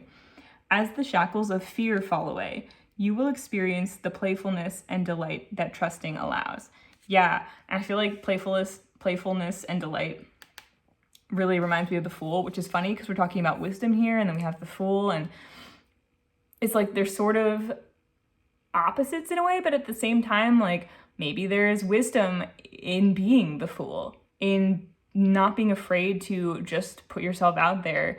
You know, that there's, I had a friend say to me once, because I was asking people, long story, but I was asking people for their definition of like courage.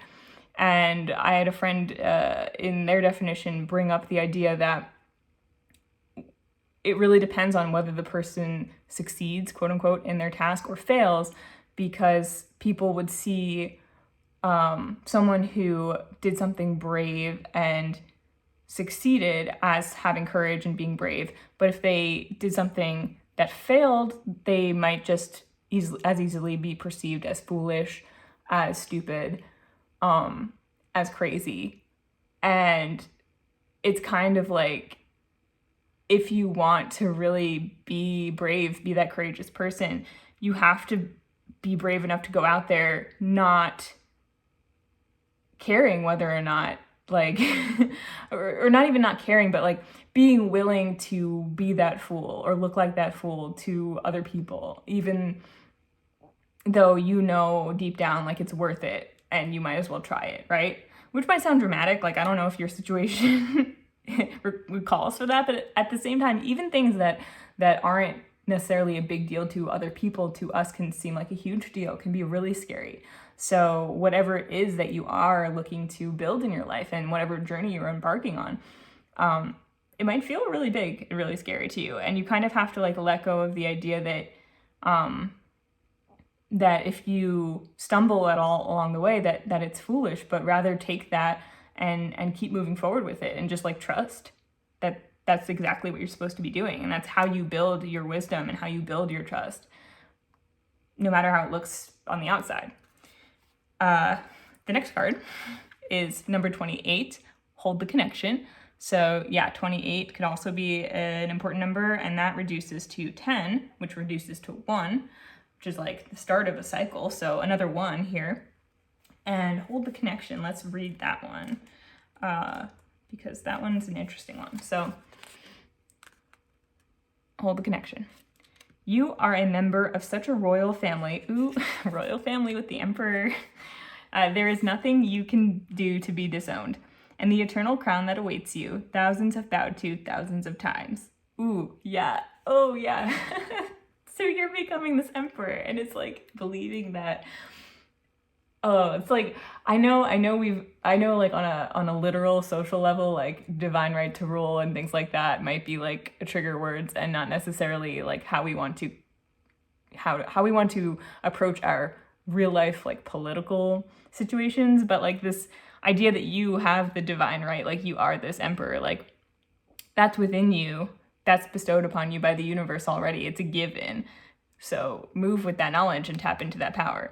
And it's like everyone has this power, you know. It's not like I'm better than everyone else. Like it's not like I have power to the exclusion of other people, but it's like whether or not other people are tapping into that power, you can tap into that power because you know that you have it, right? It's yours, it's here, and this is where you're at in life, like you're meant to. I didn't finish reading this. It takes great intention and even greater will to maintain connection with the invisible. Yet your deepest truth and your greatest self is found right there. Now is the time to seek presence with the eternal. Go about your day, make your plans, face your fears, and indulge your joy, all while remembering your roots and your royal heritage. Yes. Again, like going from the fool to the emperor. It might seem like a big leap, but like this emperor, he remembers his fool days, you know? Like he didn't get here. Like I said, Rome wasn't built in a day. He didn't get here in one day. You're not going to get here in one day, but it's the whole journey that builds this, right? Ooh, I'm getting the Bring Me the Horizon song, Throne. If anyone knows that might be relevant. It's like there's like a part that goes like, every wound will shape me, every scar will build my throne, or something like that. I don't know. It's a fun song. You should check it out. And okay, let's move on to Keep the Faith. So we've got an elephant here. Ooh, okay. Yeah, I don't know if like I'm holding these at the right distance. So this is number 26, which reduces in numerology to an 8.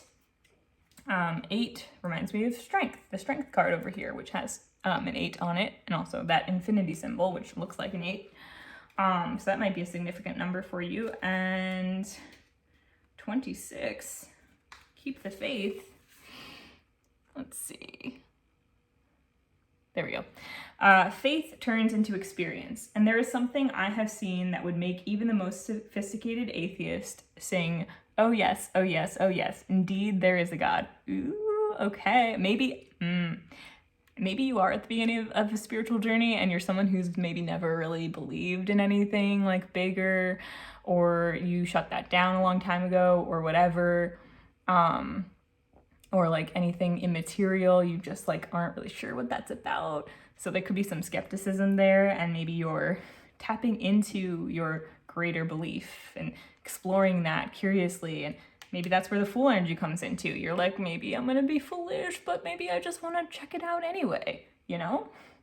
And to that I say, honestly, have fun, right? Live your life.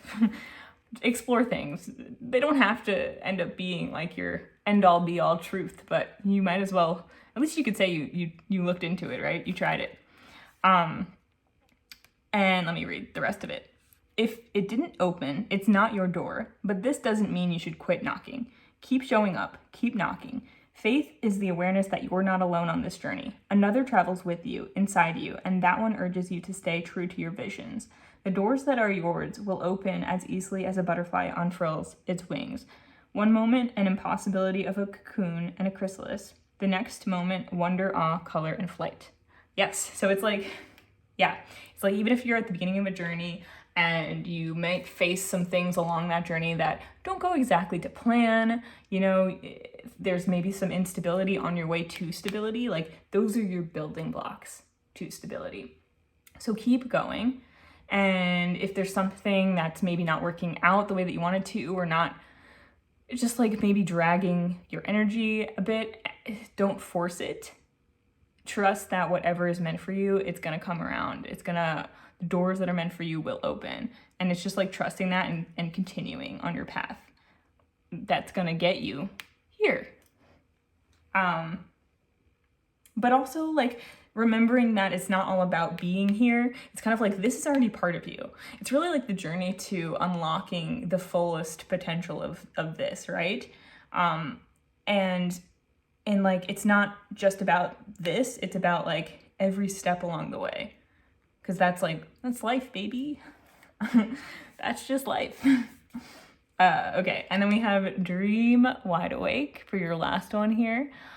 19, which reduces to 10, which reduces to 1. So another 1.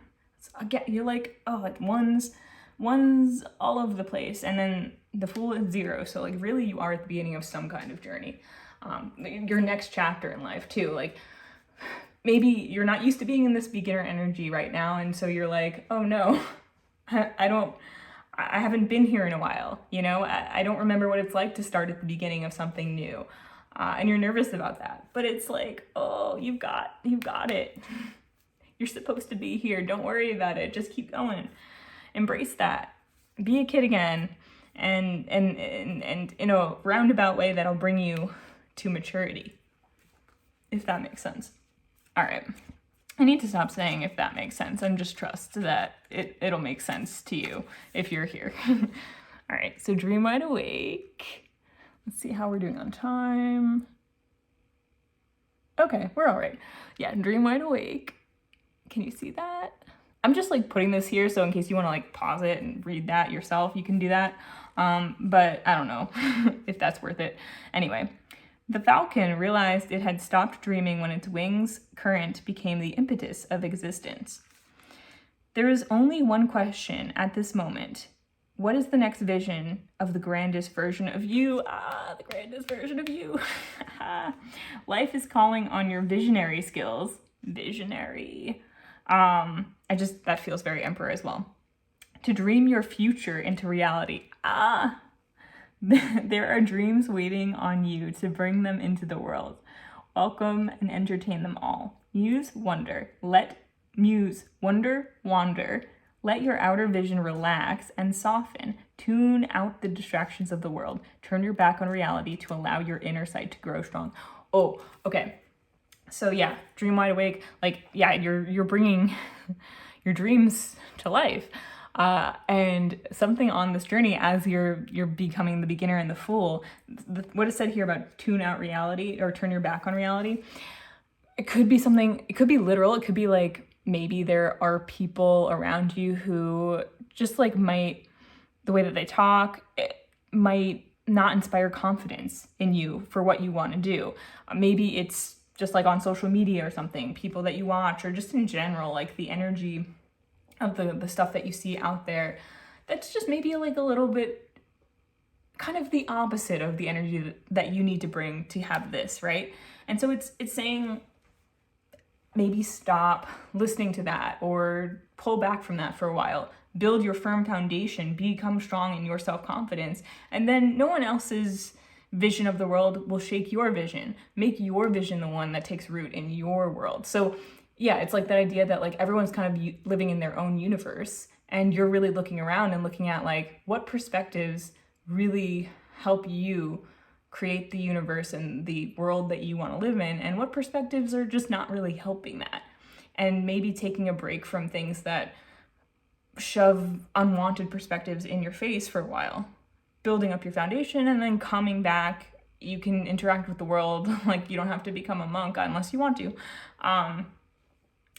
when you feel stronger in yourself. So like for me, for example, I would have found it a lot harder to make a YouTube channel like this or to put any of myself out there if I was on social media a lot, watching a lot of YouTube videos and things like that, because I was finding that I just was feeling like too self-critical and judgmental of myself. And I think that was just a lot of the vibes of the stuff that I was seeing. It was hard for me to get out of that energy and that perspective when I was too engaged in social media. So I took a step back, and that was what really did it for me. And I didn't completely withdraw, but enough that I was able to sort of get myself in my own energy and my own thoughts, and stop like looking at myself from the perspective of what I thought other people would see me as, which for me was a big block to being able to do what I actually wanted to do and actually tap into what I really wanted to do.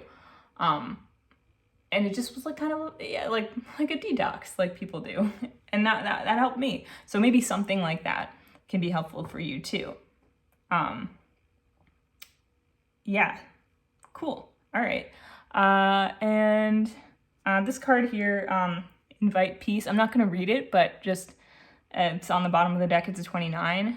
2 plus 9 is 11. 11 reduces to 2, so another 2 here. And so that might be important for you as well. And inviting peace, I just feel like as an emperor, that's an important thing for an emperor to do. I know there's like connotations of conquering, but I think maybe you want to be a peaceful emperor and create peace within your empire. And so you must first create peace within yourself. And that could be part of the withdrawing from any energies or thought patterns or ways of thinking or speaking that just aren't boosting your inner peace, that are just kind of creating turmoil for you. Invite peace into your inner space, and it will emerge in your outer space, so to speak. Okay, so now that I did all of that, I want to get some quotes and maybe some songs, and we're just going to see what comes out and see if there's any additional messages for you. I made these cards myself, and I never really intended for anyone to see them, but they're actually really cool to use for this kind of thing. I'm going to take this card right off the top because it actually sort of fell on top before. I won't even explain it. It seemed like it wanted to come out earlier when I was setting up the pile, so I'm going to take that automatically for you, and then we'll see if anything else wants to come out, and then we'll also get songs. And wow, can you hear my voice is kind of going a little bit? All right, let's get, oh, that's too many, but I'll take this one. All right, and then I'll get some song cards as well with lyrics on them. And at the very least, if you don't get any messages from these, you'll get some new song recommendations or old song recommendations. Maybe you know them already. No, that's too many. Let's see. Let's just get a couple. Get maybe a few. There we go. All right. Interesting. Okay. So we've got this one first. So this like pretty green, blue, it looks kind of like an eye to me. I don't know if you can see that. And the quote says, "Everywhere's a here, isn't it?" And it's from Winter by Ali Smith, which is a really good book. Everywhere's a here, isn't it? Okay, so, I feel like this is about sort of legitimizing whatever place that you're at in life right now. And not focusing too much on like getting to there, which I feel like this is not only just like who you are already and like the full potential that you just need to tap into, but it's also some vision maybe of the future that you have for yourself. But it's also saying like where you are right now, the Fool, the Ace of Wands, it's important too, right? This is a really important and sacred time for you just as much as this will be, and is and was. Time isn't real, whatever. It's like you have to legitimize every step of the way, every moment that you're in, and really be present in it. And that is what will get you to here, because it's kind of like, that's kind of like when you can accept and really fully embody wherever you're at in the moment, that's almost like bringing in this energy already. Like you're already becoming that, because you're becoming solid and firm in yourself and strong in who you are. And that's really all this is about, no matter what's actually materializing in your life. You know, if you feel like an emperor, you are an emperor. It doesn't matter what your empire looks like, you know? Yeah. And then we also have this card, which I thought was significant because like we had the Two of Cups here and the Four of Wands. So it might be something about like a relationship or just the harmony that we're talking about that you want to find with yourself. But it could be a harmony with another person as well. And the quote is, "Maybe things can always get better between people who want to do a good job loving each other. Maybe that's all it takes." From People We Meet on Vacation by Emily Henry, which is a very cute romance novel. And honestly, my favorite Emily Henry book, personally. It's about two longtime friends, people who've known each other since college, who over the years, like we basically get to see their friendship over the course of 10, 12 years or so. And we get to see how these people who seem to be very different and opposite on the surface actually really work together and really care about and love each other, but don't necessarily know how to make a relationship between them work materially because they feel like they want such different things. But at the same time, they've also gone through many years as friends and have changed a lot. Their visions for their lives have changed as well. And they're both kind of seeing at this point where they kind of have to see where their relationship will go, if it's going to materialize into something romantic, if they're going to drift apart, or if they're going to stay friends, and like what's going to work for them. But this, maybe things can always get better between people who want to do a good job loving each other. Maybe that's all it takes. It's kind of like that leap of faith. Just having faith that if I hold that intention to be to love myself, to love another person, to do my best, to keep that as my guiding light, then, you know, miracles can happen. So even if I get in my head sometimes, if I can return to this idea of like, I just want to do a good job loving myself. I just want to do a good job loving my partner, another person, everyone in my life. Then you can keep returning to that, and you can trust that will bring what you want, will bring better to that relationship. Yeah. And it's that kind of faith too that allows you to approach someone who maybe, if you're in a relationship and you have an argument, and there's that fear of like, oh no, is this the end of that relationship? Can I make this better? Do I even want to make this better? What do I do? If you know that what you want to do is to do a good job loving the other person, and you trust that they also want that as well, you can come forward and take accountability and make things right and trust that that's going to work. And if you don't trust that, it's kind of harder to do that, you know? Hopefully that's making sense. But yeah, this can be about like a literal relationship. It can also just be about you, or about taking that leap of faith and moving towards what it is that you're looking to create in your life. So then for the songs, we have the iconic Fast Car by Tracy Chapman, which probably you know. But if you don't, it's really good. And I wrote some lyrics on here. This is actually the end of the song. You got a fast car. Is it fast enough so you can fly away? You got to make a decision. Leave tonight or live and die this way.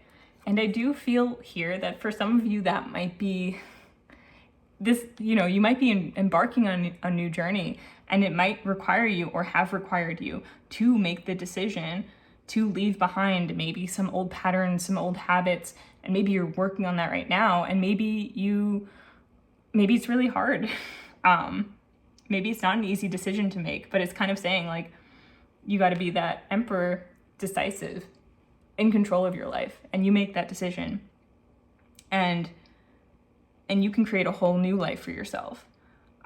But maybe there are some things that you feel like you could stay stuck in forever, and it's really just a matter of making the choice to move forward and create a new life and embrace your greater energy, your fullest potential, or stay where you are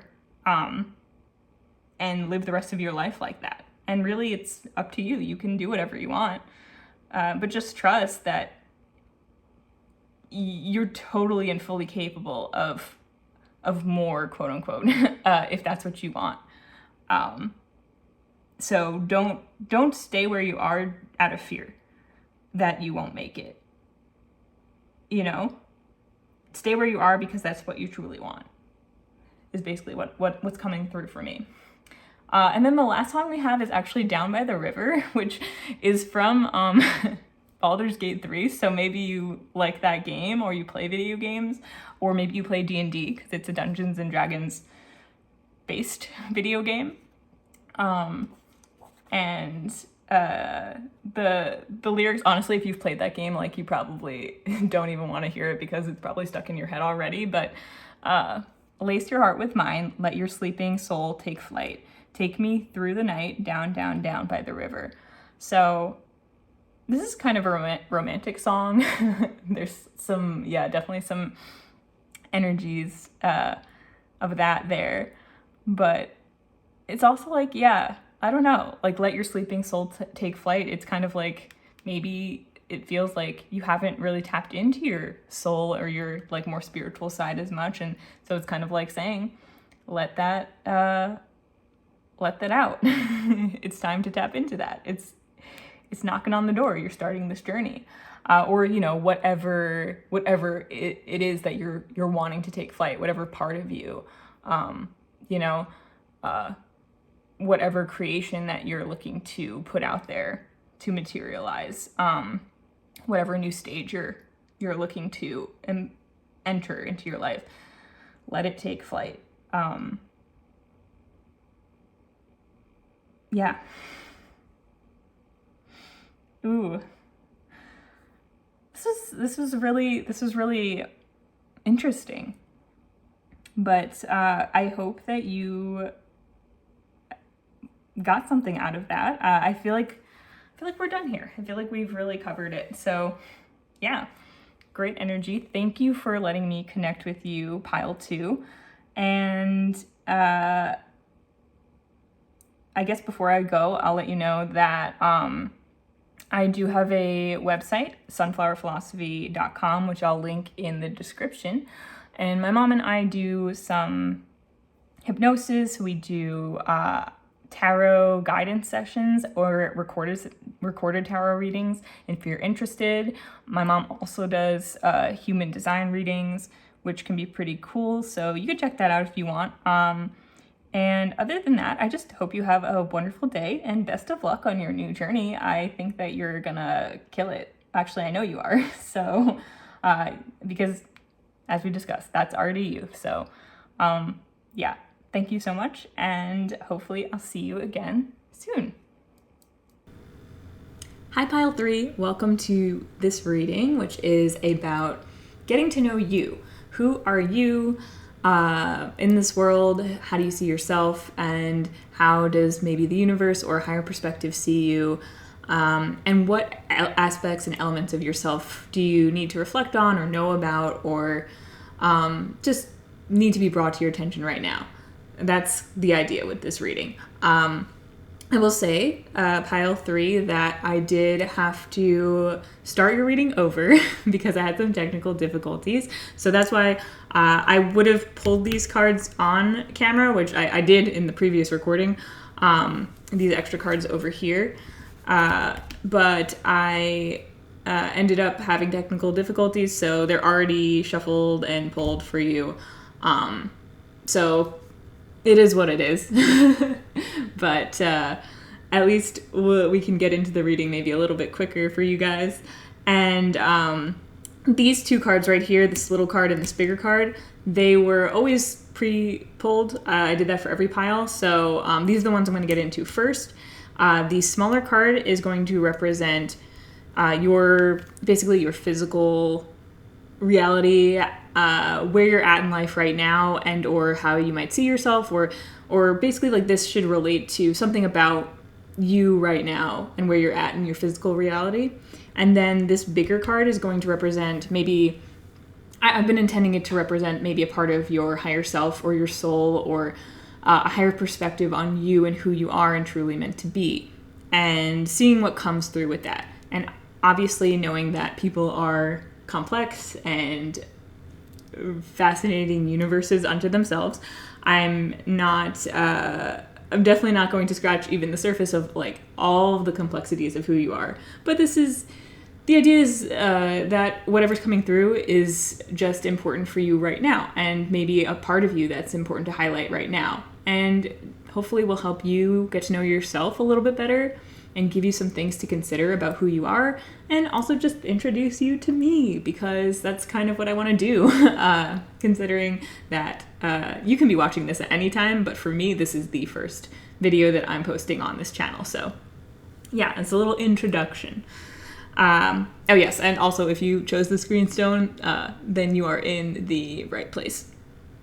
This is your pile. So let's get started with looking at this card first. So we have the Chariot here to represent sort of your physical realm, who you are right now, who you might recognize yourself as, or something to represent your life circumstances. So something that was coming through for me with this Chariot card is, well, the Chariot, first of all, I believe it's associated with the sign of Cancer in astrology, so that could be important for some people. It's also number 7, so 7 could be important. It could be someone's birthday or a life path number. 7 is a very spiritual number, so maybe you consider yourself a very spiritual person or spiritually minded person, or that's something that you're interested in. But another element of the Chariot is that the Chariot often is depicted with 2 sphinxes or horses, and they're often facing in opposite directions, and sometimes one is black and one is white. So to me, there's something there about like a dual nature, about balance, and it could also be about 2 different sides of you, or being pulled in 2 different directions. This charioteer also, if you notice, has these like pauldrons on his shoulders that have like faces on them. If you could see it, it's kind of like one sad face and one happy face. It might be hard for you to see because it's kind of small, but that is really emphasized in this card, that sort of dual nature, or two different perspectives even. And sometimes, even though the Chariot can be a lot about forward movement, about taking control of your life, about taking the reins, it can also indicate sometimes this maybe push and pull, being pulled in 2 different directions. And it could mean like maybe a standstill that you're at. Different from like another card like the Hanged Man. This one to me would be like like being pulled in 2 different directions maybe. So there could be something in that for you about your life right now, where maybe you feel like you're being pulled in 2 different directions a little bit, being pulled forward and maybe pulled backward as well by something in your life. You could feel like you're maybe in between stages on some kind of journey. There's some similarities actually with this reading that I was getting from pile 1. So in case you were interested in checking that one out too, you might want to do that. It was a bit different, but yet some of the similar themes came through. And I know that because I also know what some of your other cards are now, so I know what we're gonna get into, and where we're going with this as well. But yeah, so that could be something that's going on in your life right now, is maybe a push and pull, maybe being pulled in two different directions. And there could be for some of you this element of feeling in control, or feeling like you're taking control of your life, or feeling like you need to take control of your life in some way, shape, or form. So there could be some of that as well. But I want to look at now this higher self version of you, or this element of your soul, or who you truly are in this lifetime that is coming through to be highlighted. And so we have this 10 of Swords, which is a really cool 10 of Swords card. So if you're familiar at all with the Rider-Waite-Smith Tarot, that card, the 10 of Swords is often depicted as a person with 10 swords in their back, very much dead on a beach with a sunrise in the background. So it is appropriate that this 10 of Swords is depicted as sort of a death, a Grim Reaper figure. And actually, in this deck, this is the Mary L. Tarot deck. That's what it's called. And in this deck, all of the 10s in each suit are represented by one of the horsemen of the apocalypse. It's a very dramatic deck, but it's super cool. And so that is very appropriate, actually, for the 10 of Swords, I feel. And I also feel like this is such a cool 10 of Swords. So I know, like, being associated with death energy, and this might be a little bit creepy, but also I feel like you might be the kind of person who likes that, who's into this aesthetic, because it's a very cool aesthetic, in my opinion. But it also could indicate that perhaps for you, this heavier energy, maybe loss or death, or this kind of darker, quote unquote, or what we might consider darker energy, is very significant for you in this lifetime and for your soul and who you are. But not in a bad way. I mean, like, first of all, you might have encountered this in difficult ways in your life. So it could be that you've had, like, loss of some kind, or the traditional 10 of Swords, that can be like betrayal, things like that, because, you know, someone's being stabbed in the back. You could have gone through difficult things like that in your life. So that totally could be related to this. But it also could just be part of your soul's experience if you have a belief in past lives, and you feel like maybe you've picked up sort of this experience with this kind of vibe in past lives, and it's maybe carrying through into this life, something like that. The first impression I actually got when I first pulled this card for you guys was a very strong Scorpio vibe. And to me, Scorpio energy, I feel like it seems like a lot of people make jokes about Scorpio being a little bit dark, maybe manipulative, and I've seen people sort of highlight maybe some of the more negative, or what they might term toxic traits of Scorpios, but it's also such a really cool energy. I mean, like, I think, and it is death energy. It's associated with the death card in the tarot. And Scorpio season is in, I think, late October through a good portion of November. So 10 here, maybe you are Scorpio. Maybe you were born at the end of October, or maybe not. 10 is also just the end of a cycle, and also reducing to 1 in numerology, because 1 plus 0 is 1. In numerology, 1 is the beginning of a cycle. It's a new cycle, the start of something new, if you will.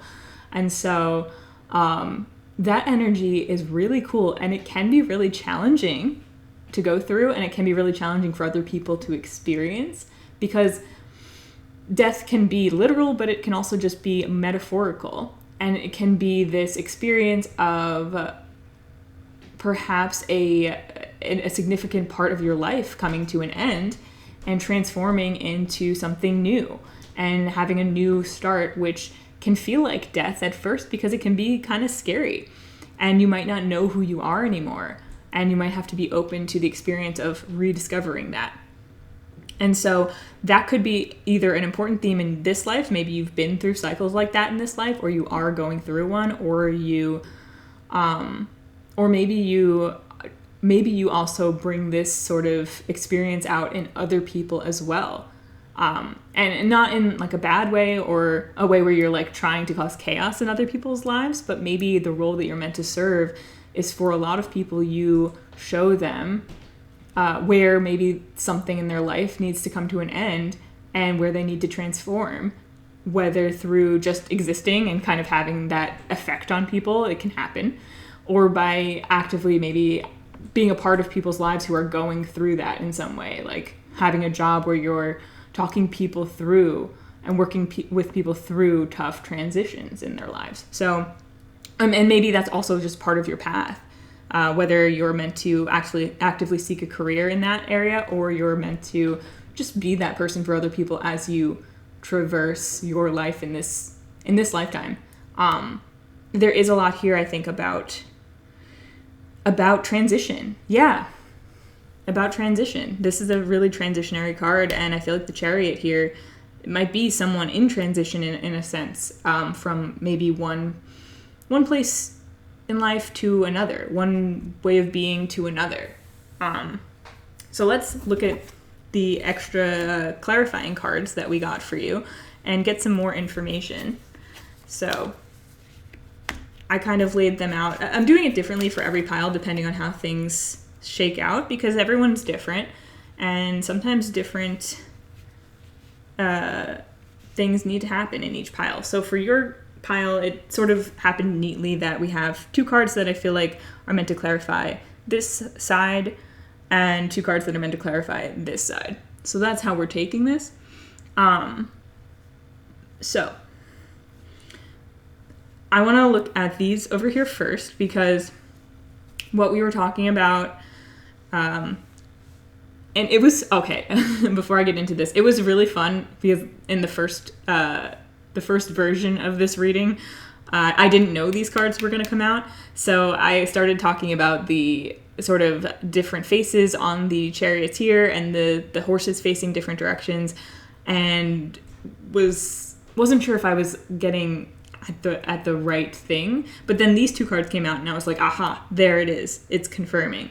So I was very excited about that. But unfortunately, you don't get to see the organic excitement because my iPhone didn't have storage. So what we have here is we have the 9 of Wands and the 6 of Swords. So Wands, first of all, fire energy, and in astrology, Aries, Leo, and Sagittarius. And Swords is air energy, Aquarius, Libra, Gemini. Yeah. I haven't been like getting into the astrology for every pile, but if it's important to you, take that for confirmation of something or whatever. The more important thing, I think, though, with these 2 cards showing up like this is that this 9 of Wands, you notice that this dude is looking that way. And I always take this card to be sort of someone at the end of a long, possibly difficult journey, looking back at that journey and maybe still hurting from it. And then we also have the 6 of Swords, which is moving forward. These people are moving forward to a better place, to calmer waters, is how I always see that. So here we have that depiction of this looking into the past energy, and then this also being pulled forward into the future energy, which I think might be what the Chariot is sort of alluding to, this idea that you're maybe, and it's important to note that in the 6 of Swords, these people are moving forward. In the 9 of Wands, this guy is just looking backwards, but he's not moving backwards. So I do feel like you have more forward momentum. You are moving into the future. And then there are some things that are maybe still holding your attention from the past. And it could be maybe slowing you down a little bit. And I don't necessarily mean that that's a bad thing. Maybe you need to take your time. Maybe there's some things that you're still getting out of looking at whatever you're looking at in the past that may have been difficult for you.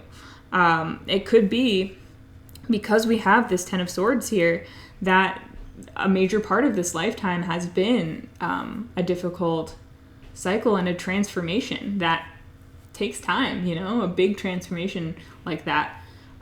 Going from being one kind of person or being in one dramatic maybe situation or being born into a certain family or lifestyle and then becoming your own person and growing up and growing into a new person, which we all go through in some way, no matter what your life circumstances are. But that can be really big and dramatic, and you might still be looking back on that. You know, you might still have some things that you're working through when it comes to that past, but you have that forward momentum as well, and you are moving into the future. And then over here, under the Ten of Swords, we have the Emperor and Strength. So the Emperor is number 4, and Strength is number 8, so in case those numbers are important for you guys. And the Emperor and Strength here, I mean, it's funny because I feel like the Ten of Swords can be a very chaotic energy, and, you know, this person is like flying on a horse in the sky, or at least it looks like they're flying. I actually don't know, because maybe the ground is down here, but it sort of looks like they're flying in the sky. This is like a bird-like figure, kind of. But the Emperor and Strength, to me, are very grounded, very stable cards. And so I do feel that this is indicating that this Ten of Swords energy is something that's very grounded, like, grounded within you. Or what I mean by that is that you may be someone who, even if you've been in a lot of chaos or have been around a lot of chaos or have had chaos happen in your life, you have or maybe are building a very strong foundation, stable foundation for yourself, within yourself. Like, you have an inner strength, an inner stability that keeps you stable and sturdy no matter what's going on around you. And this might be something that's really a significant part of you that you've cultivated and maybe are cultivating in this life. I feel like the Chariot too is a very sort of stable energy. There's something in you that's really immovable, I feel. No matter what kinds of change that you've been through, no matter what kinds of transition, what kinds of chaos that could have gone on in your life or might still be going on in your life, you have this very sturdy energy. And maybe you're still tapping into that. Maybe you're still finding that. But this is saying that this is part of you.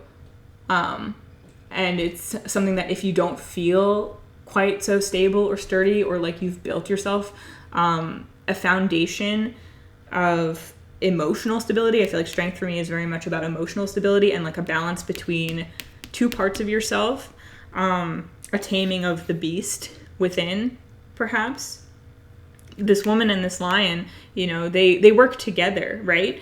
And the lion might have some more chaotic, even violent tendencies or just wild tendencies.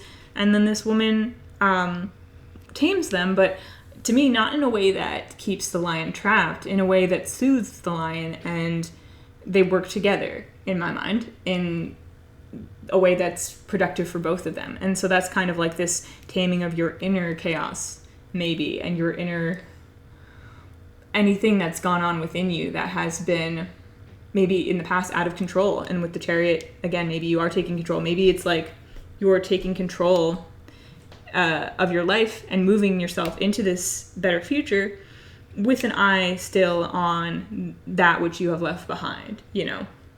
And this Emperor over here is, I mean, like the epitome of power, of stability, of structure. And it's kind of, I feel like there's a thing here about embodying this Emperor no matter what's going on outside of you, or within you. Remembering that you are this person. You have this, like, he's sitting on this throne that is like made of stone or concrete. It's not going anywhere, right? So there's something within you that's just not going to be shaken. It's not going to break. It's not going to, you don't have to worry about that, basically. I hope that resonates with you guys, because I want to get some advice cards now. that will help you embrace this if you haven't already, or just step more into this, and possibly also be able to let go a little bit more of maybe your past if that's what you're needing to do. So let's see. Let's get some advice. These are Hafiz cards. If you don't know, Hafiz is was a Sufi philosopher and wrote poetry and things like that. And so these cards are just themed off of some of his teachings. And let's see. I think I'll put that there. Oh, okay. Interesting. This is funny. I don't always look at the bottom of the deck. It just depends on what feels right. But I do notice that at the bottom of this deck we have the number 10 again. You had 10 of swords, and this is 10, and this says move forward, which I think is a really great message to go with the chariot as well. And also with death, there's always a forward movement into the next life, right? So I don't know if I'll necessarily read for this card. There's a booklet that goes with these cards. I don't know if I'll read for move forward, but I want to note that that's there. And I also wanted to point out, too, on the bottom of this deck, the Queen of Wands is here. So there's a lot of fire energy, because the Emperor is Aries, and Queen of Wands is like Aries, Leo, Sagittarius. So that also might be important for some people as well. But yeah, it's like I don't know. I think there's something... I haven't really gotten into like just like surface level personality traits that people might have as much in these readings as I thought I might. But just with the Queen of Wands and with like what I mentioned about Scorpio energy and then the Emperor here, there could be something really intimidating about you to other people, but also charismatic. Like something that draws people in, but also kind of scares them. So just take that as it resonates, as one might say. And let me get the little booklet so I can read some advice for you. So we have this first card, number 8, with Kindle Love. And actually, yeah, I'm gonna move. Actually, no, I'll leave these this way. Yeah, I feel like these cards could probably go anywhere, to be honest. Yeah, okay. So Kindle Love. Let's read from the booklet for Kindle Love. So here, in case you want to like read it yourself or screenshot it. So, Kindle Love. The eye and body, a sacred candle, tenderness and compassion ignites. It is in your best interest to be very tender with yourself, to forgive, understand, and adore the complex wonder that you are. When you kindle loving compassion inwardly, you also radiate it outwardly, and life begins to respond to that choice. The cells of your body and the very cells of the air are compelled by that energy, creating a love vortex. And love, it's a lot like acid, dissolving everything that is unlike itself. And so this is an 8 right here with strength, and then this is an 8, Kindle Love. So I feel like there's something here connecting those two cards. And I do feel like strength, part of strength to me is an inner strength and an emotional stability that comes from an inner connectedness with love for yourself, with love for all things, with love for the world. And so I feel like this goes really well with that message. And then it also might be because something about this death energy, if that feels like it's part of you, maybe the darker side of you, or some things that you've been through, or even things that you've done that maybe you have disowned from yourself, or have been disowned by other people, or misunderstood by other people. There's a need to have compassion for those parts of yourself, and to really walk alongside the inner beast, so to speak, to not shove it down, but to harness that and realize that that's part of your power. And so we also have courage.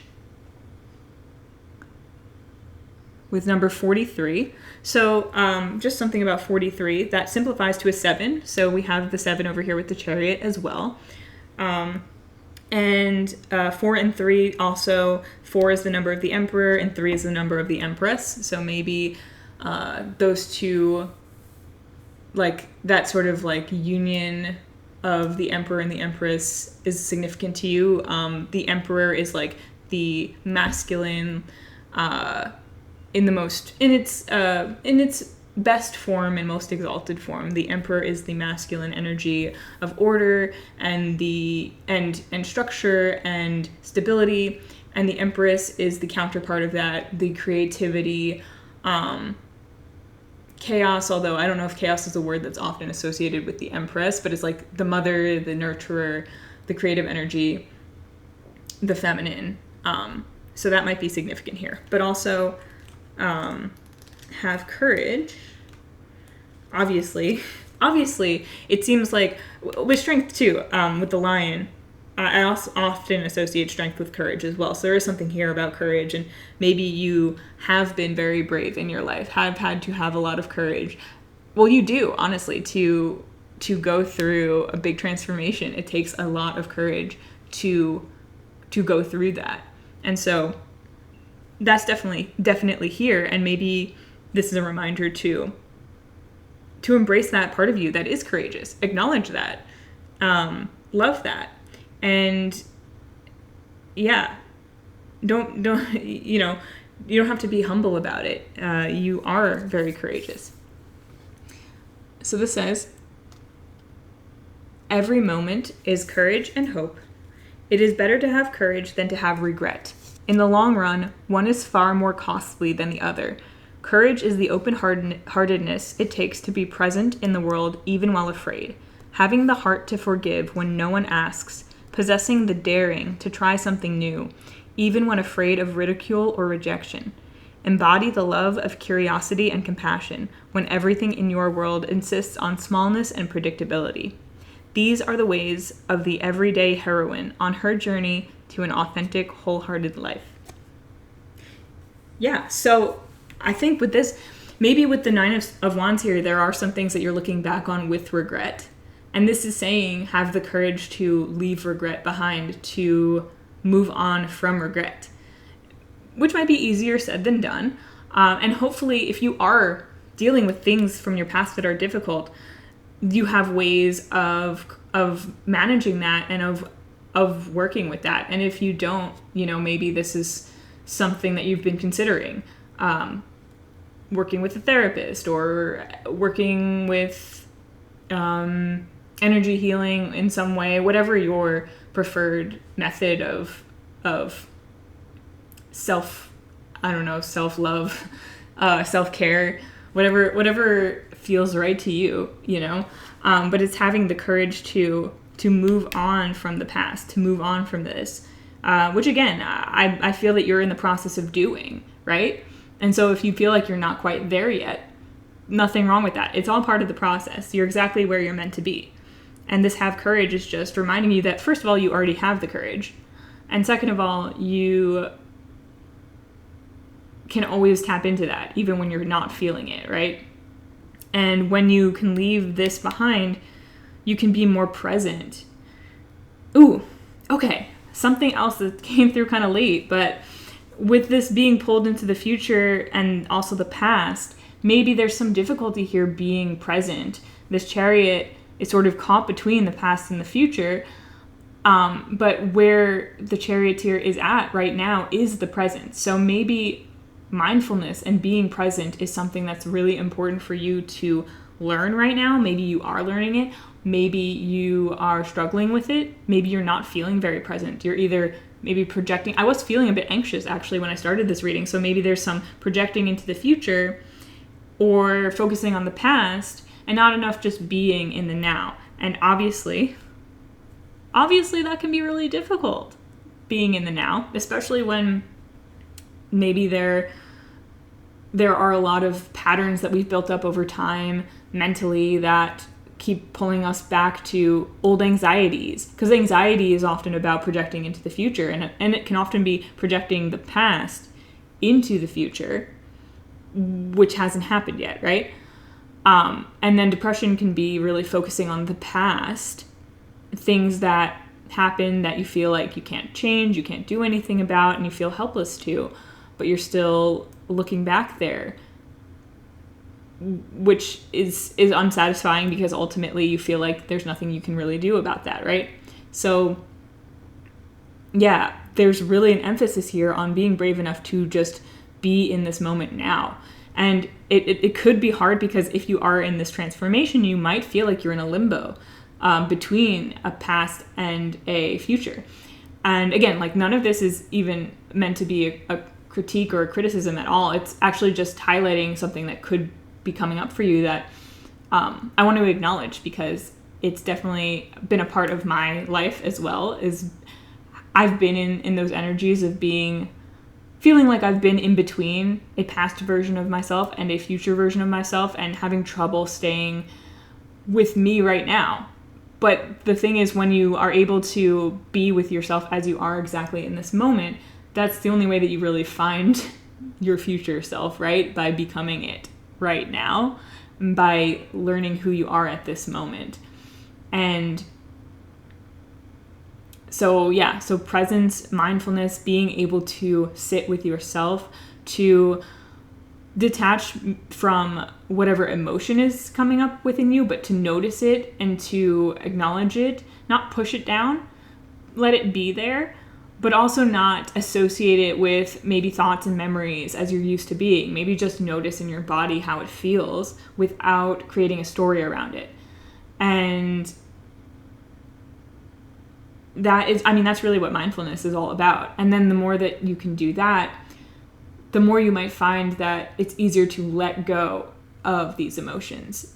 Let them come up, feel them, and let them go. Easier said than done, of course, in a lot of cases. And it's not something that you have to do alone. There are options out there. There are people you can work with, therapists, and things like that, which again, could be easier said than done, but that doesn't mean that it's not worth a shot, right? So it's something that might be worth looking into. Yeah, and I say that as someone who has not always had the easiest time asking for help or admitting that I need it or seeking it out. I can be very prideful, and it took a long time for me to realize that vulnerability is actually strength. And it was actually braver for me to take the steps that I did to ask for help than it was to put on a brave face, quote unquote, and pretend that nothing was wrong or that I didn't need any help. Ooh, and it was a tough thing in the beginning to do, but it's worth it. I hope that makes sense. So then the last card we have here for advice is love unabashedly. So you got 2 cards centered on love. So I really think that love is a big, important thing for you right now. And I mean that in like love in a self-love sense, and in like a universal like energy of love, you know? And it's really saying that it's safe to do that, to love yourself and to love other people. Interesting because I feel like that wasn't necessarily coming through. Like love wasn't a big focus of what we were talking about. I mean, it's a significant part of life, so it can come in to any conversation really. But yeah, yeah, and I do feel like a lot of this here is about self-love, but if there is anything going on in your love life, or if maybe that's where you've had a big transformation, maybe there's a breakup that's happened, or maybe is happening, or maybe being caught between a past and a future is something like some of you might be in this situation of, do I stay or do I go? Do I stay and stick with my partner or my job that I'm in? Or do I go and move on to the unknown? But maybe the unknown is better, you know? Maybe there's a lot of chaos where you are, and you have to make the decision to move into something that will be calmer. But at the same time, the unknown doesn't always feel like it will be safer because it's the unknown, and we often fear that. So yeah, maybe that's where you've been recently, is because it does feel like there's an energy of moving on here. Like you are moving forward, you are making that choice. There's more of an energy of moving forward, but maybe there is still, maybe you haven't left yet. Maybe you've made the decision that you want to quit a job or leave a relationship, but it hasn't quite taken off yet. And so you're actually still there, still lingering in some of the hurt. Maybe it's still uncomfortable. And so that's where you're at. And yeah, and maybe it's difficult for you, or maybe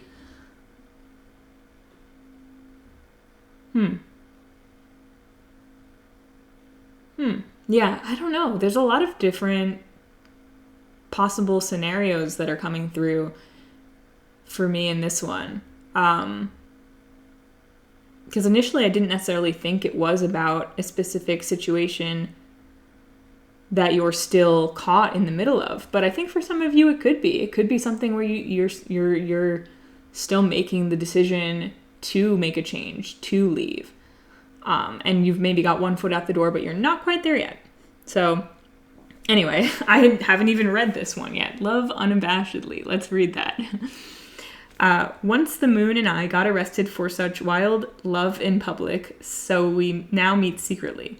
But don't let that hold you back. So, I don't know. The poetry, sometimes I'm just like, sure, Huffies. Okay. That being said, I'm sure there's a lot of really cool messages in it. But it's just funny sometimes. We often measure love, how much we're getting, how much we're giving, as if love could be put on a scale. But love is a wild thing, born to be free. Let it romp and graze and frolic through the forest of your psyche. Take no stock of who owes you or what is adequate, appropriate, or sane when it comes to loving your life and dreams. Love freely, give it away, keep no tally. When you stop keeping score, love wins. So do you. Yes, so this is like all about feeling powerful and strong enough in yourself, stable enough in yourself, that you don't feel like you don't feel like something like love, like the energy of love, and love for yourself, love for your life, love for the people around you, love for your hobbies, your passions, your job, whatever. You don't feel like you have to limit that. You don't feel like it's a limited resource. You feel like it's something that's just part of you, that when you give it, you're not giving it away. It's like giving, the more that you give, the more that you get, in a sense, but not like you're giving it to get. It's just kind of like a byproduct of giving it, is that you are accessing more and more love within yourself, that you don't run out, so it doesn't matter if someone else can't meet you at that level. You can just move right along knowing that you're loving, you're moving with love and with the intention to love, and no one can take that away from you. You're not going to run out of it. You don't have to keep score. You don't have to worry about, and maybe that's something that if you are someone who either has been, was recently in, or are currently in and looking to move on from a situation, a relationship, a job, or whatever, where you feel like there is a lot of keeping score, where you have to keep score, where you feel like there's not there's not an even give and take. There's been an energy of, if you give me this, I'll give you that, without feeling just completely safe to give freely. Like maybe you feel like there's more inside of you that you want to give, but in the situations you've been in the people that you've been with, there hasn't been this freedom to express it, because it feels like maybe the situation you're in, the people that you're with have a mindset of scarcity around things like affection and love and just caring for each other, which is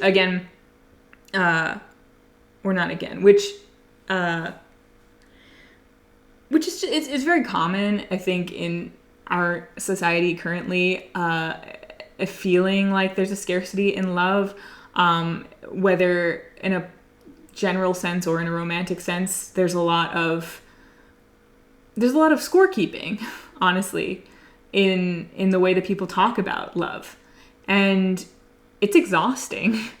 It really is exhausting. And I think that maybe what the smoother waters that you're moving onto are, you're moving into a place where you don't have to keep score. You don't feel like you have to keep score, and the people around you don't have to keep score. Everyone is giving and taking freely with a feeling of, we're all here to benefit each other mutually. We're all here to work towards the common good. And when I'm up and you're down and I have something that I can give you, I can give that freely without respecting anything in return. And I know that when I'm down and you're up, you will give freely to me without expecting anything in return. And that could be in the context of, again, with relationships with people, or also with a job that you're in or that you're doing, where you feel like you get as much as you give from the job, not just monetarily, but energy, but interest, but fulfillment in life. So that's what you're moving towards, but it can feel hard at first. And so, that's why this Have Courage card is here. And that's why there might still be some hurt and still be some fear around, can I really have that kind of dynamic in my life? Okay, this has been actually a lot, and I'm definitely ready to move on to the quote cards and the song cards and see if we can get any more messages for you. And it's funny because right now I think you've gone a little bit shorter than the other piles, but I still feel like it's taken a lot of energy from me. So maybe you are in a space where your energy has been depleted by something, or is being depleted by maybe memories of the past, or a situation that you just haven't quite moved fully on from yet. And so maybe you're a little bit exhausted as well, which is totally understandable. But fortunately for you, it looks like you innately have this reserve of inner strength, and you're gonna build that up. You're gonna tap into that. So don't worry about that. Let's get some quotes for you. I made these quote cards myself, never intending for anyone to, ooh, okay, you got 3 to see them, but they're just kind of they're too useful to pass up using in readings like this. So, and then I also have some song cards with song lyrics, so hopefully that will be, that's too many. That's too many as well, but I did get 2 over here, so we'll take those. Okay, so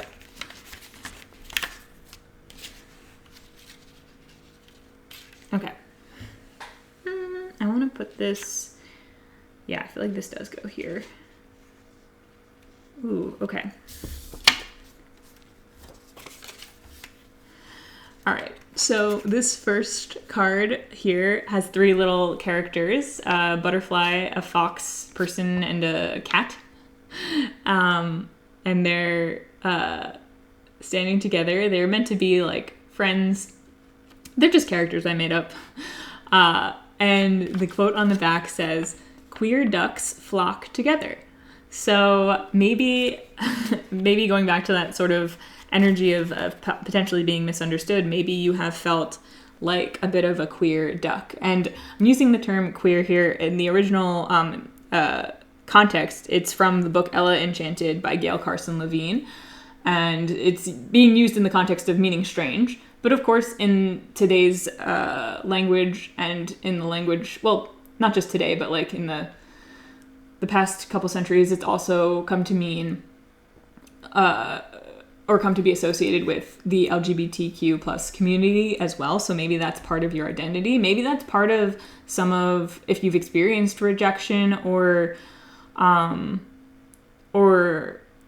hurt in the past, maybe it's part of, that's part of it. And maybe for you, you have found or are finding other people like you, regardless of whether you're, part of the LGBT community or not.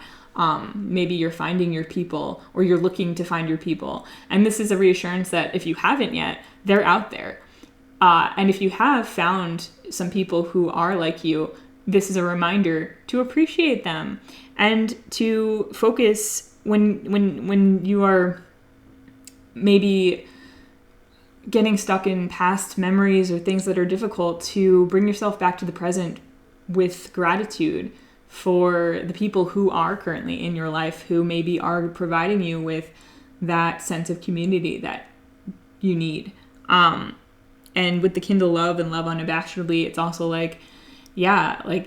use gratitude is a great practice to kindle love within yourself. And it can be for other people. It can be for the smell of grass. It could be for you woke up and you felt well rested and you're like, wow, that's great. I feel really grateful for that. I don't feel that every day.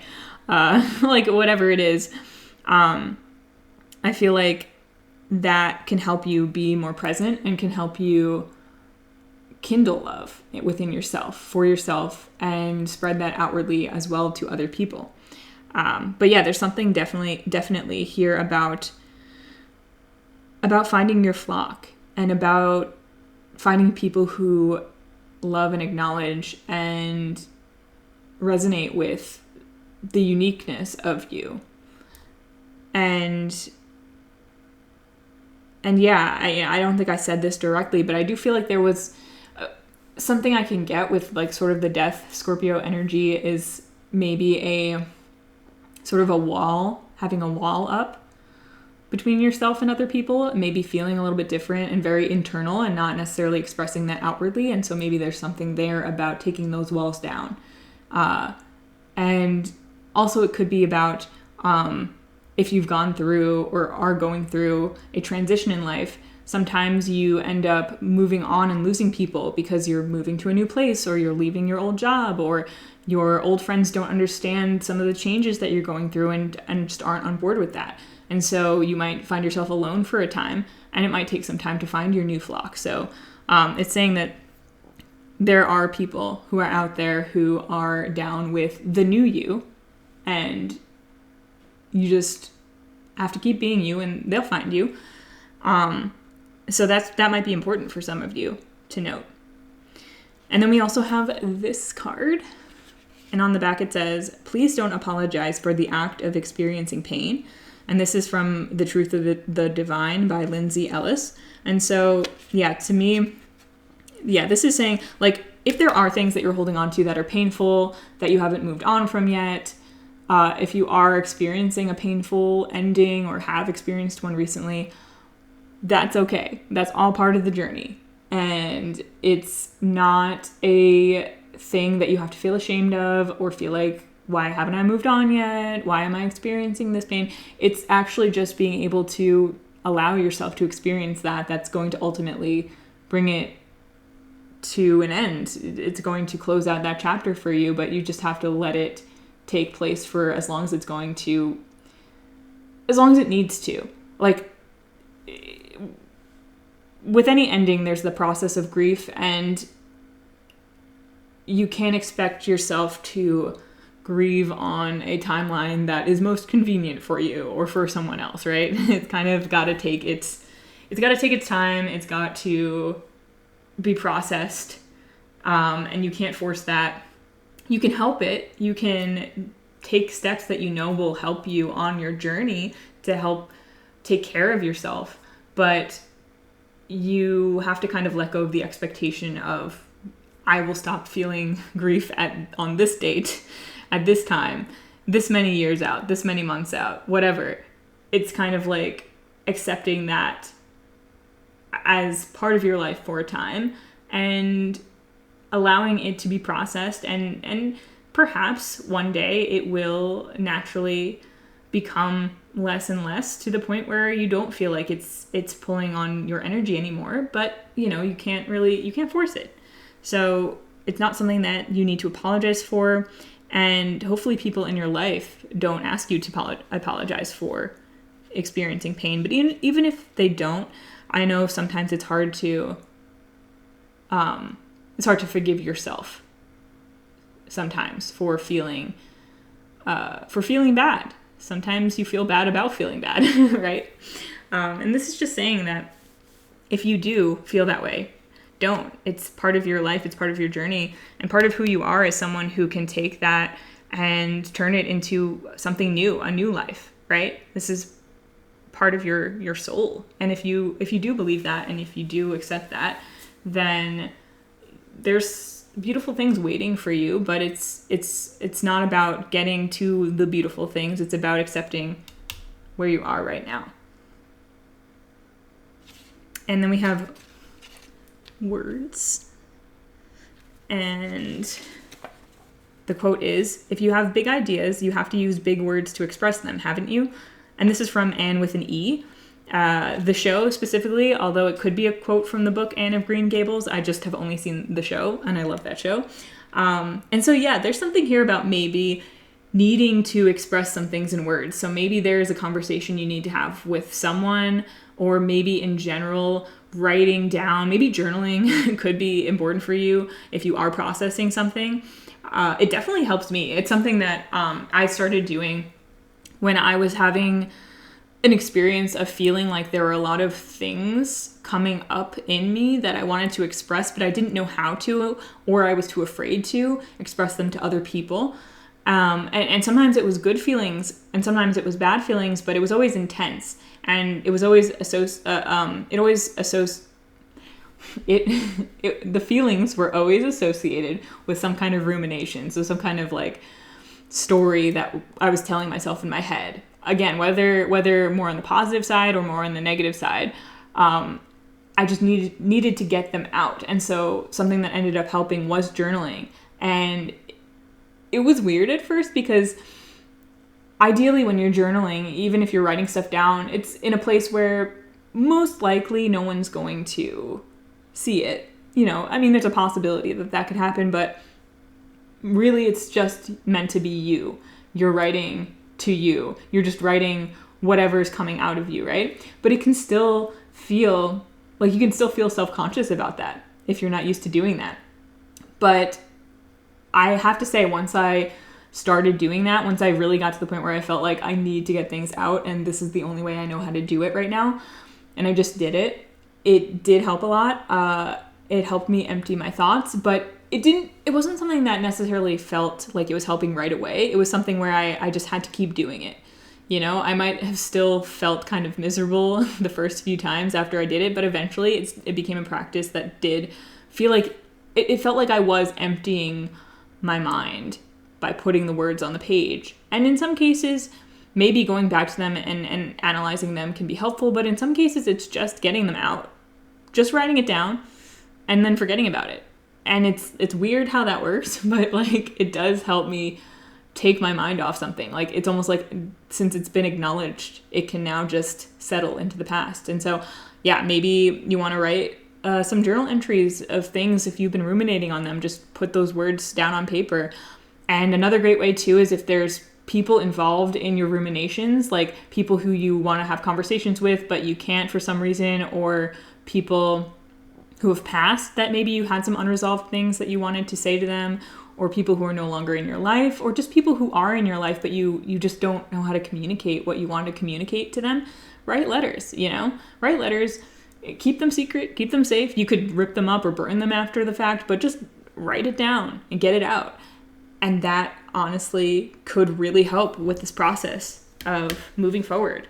And yeah, that came through really strong. So I highly recommend that if that feels like it could be helpful to you. And then we have some songs here. So first song we have is Take Aim, and this is by Sleep Token. And the lyrics that I have written down are, So take aim at me for once. Just take aim. Break me apart, love. So this song, the vibes I get from the lyrics are often about sort of unrequited love, someone who's pining after someone who maybe doesn't love them in the way that they want them to.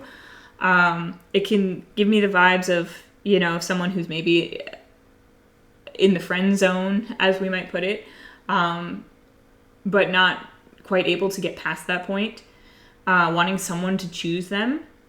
So there could be something very literal in these lyrics for you about perhaps there's a relationship that you're trying to move on from, a person that you're trying to move on from, someone, a rejection that you faced in any sector of your life that you are looking to move on from, that you may still be looking back at and hoping for a different outcome or wanting to be chosen.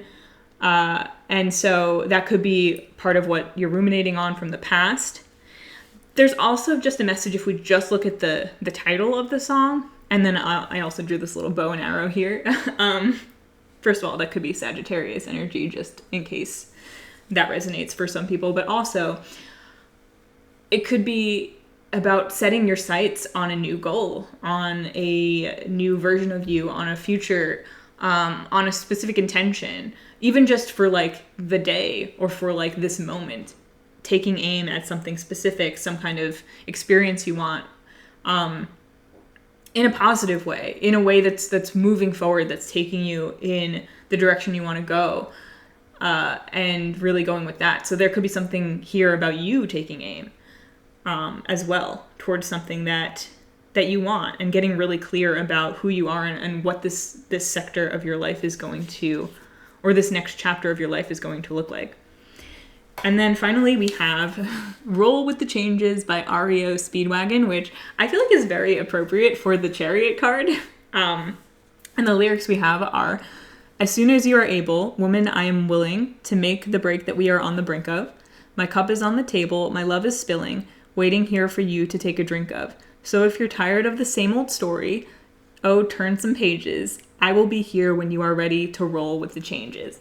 Yeah, so it's like, roll with the changes.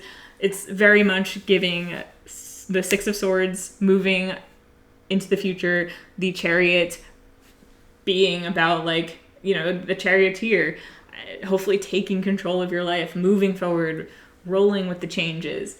And if there is something here about like some kind of breakup or relationship or moving on from a job or something like that, this also could be saying that there's maybe someone or something or an offer waiting in the wings, something that you haven't maybe noticed or haven't been able to focus on because you've maybe been focused in the past, that's waiting for you just as soon as you're ready to roll with that, to go with the changes, to become that new person, to step into the new you, to flow with life, to let things flow, and maybe also let go of control, right?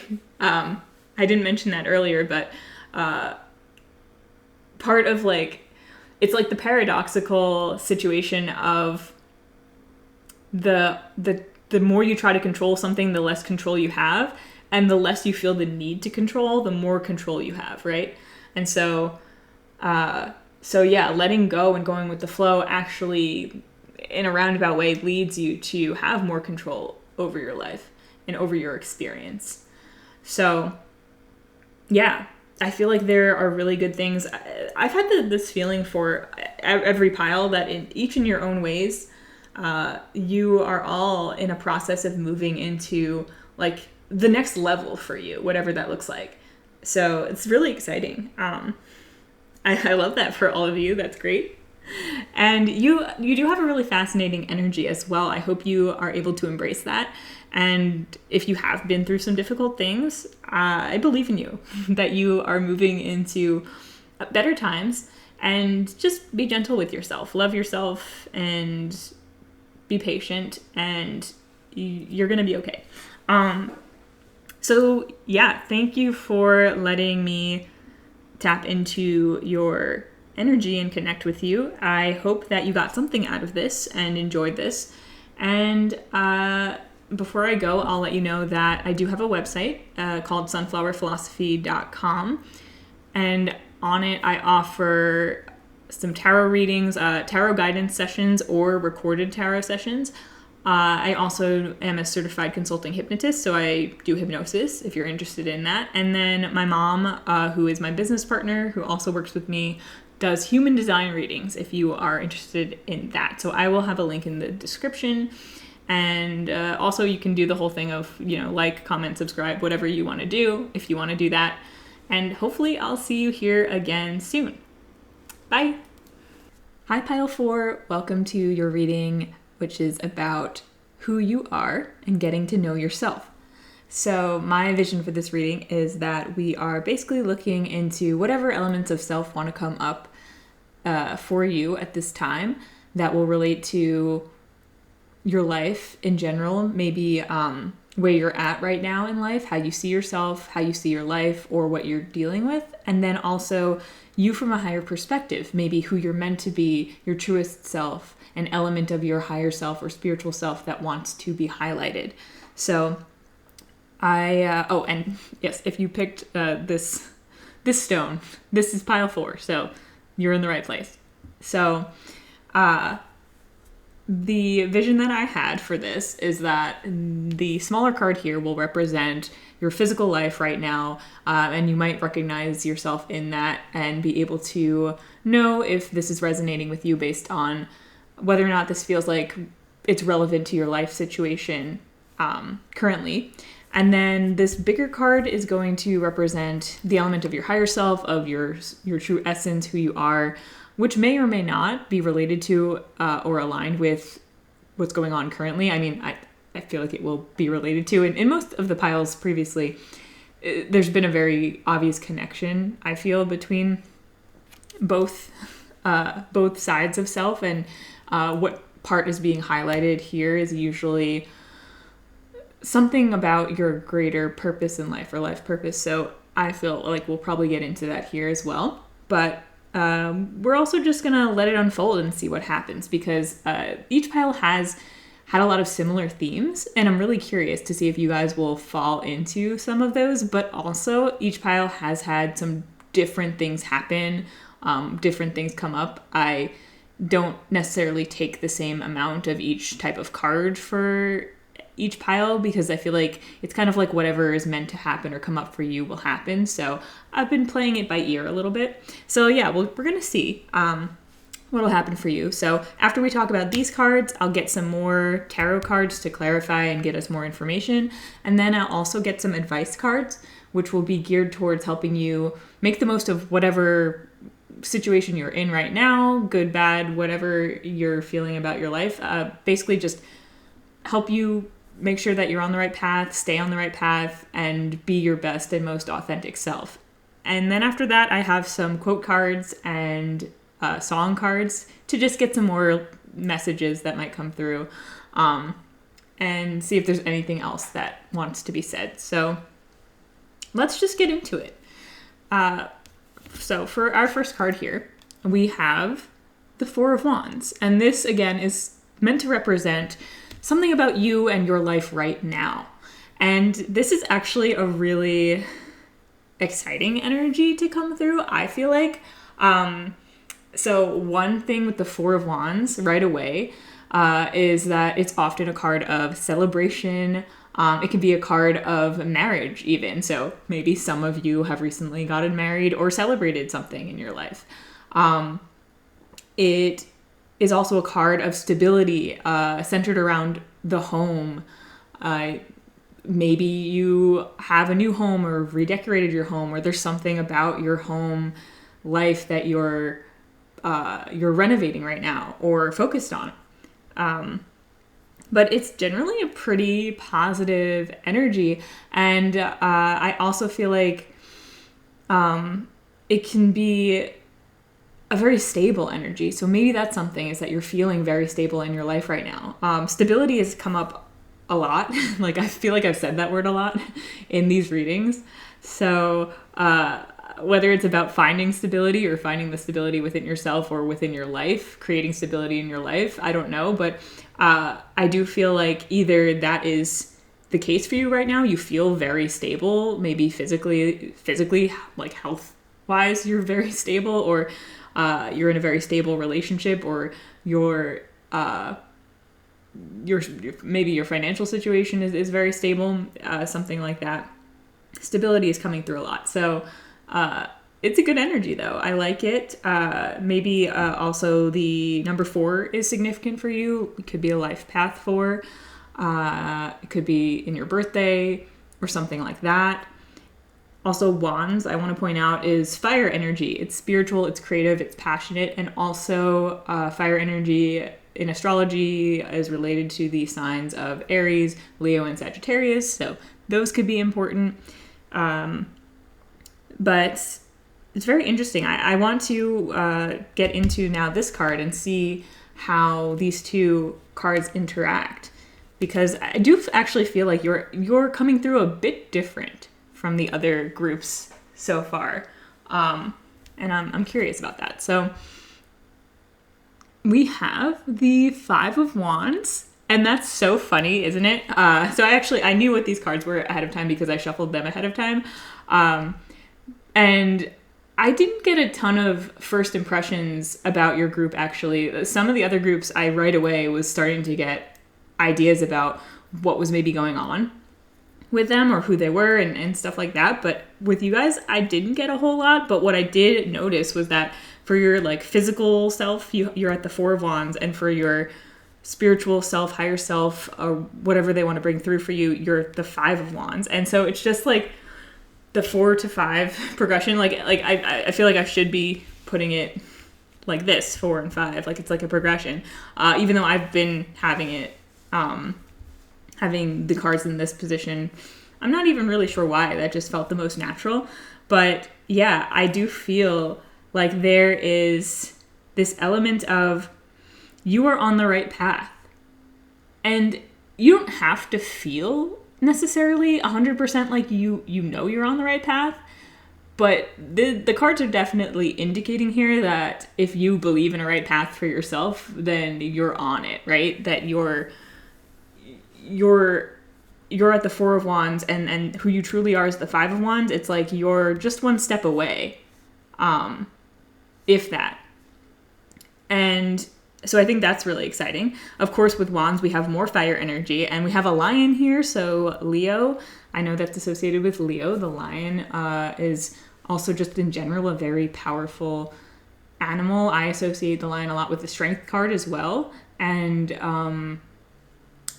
strength, courage, things like that. And with the 5 of Wands, so this is a card in traditional tarot. It can be depicted with a bunch of people fighting with wands, and it can be taken as competition, maybe competitiveness, but it can also be playful. It can be a lighter sort of competition. So that could be an element of maybe something within your soul or your higher self likes competition, likes playfulness. There's a playful energy about you, but also maybe in this case, especially in this deck, the cards all kind of have some different associations in this deck, which is called the Mary L deck, than they do in the traditional Rider-Waite-Smith. They're quite dramatic, as you can see. I love the artwork on these cards. And there's definitely something here about, to me, it feels like this lion is like blazing through this dark forest. So there's something of a trailblazer in you, I think.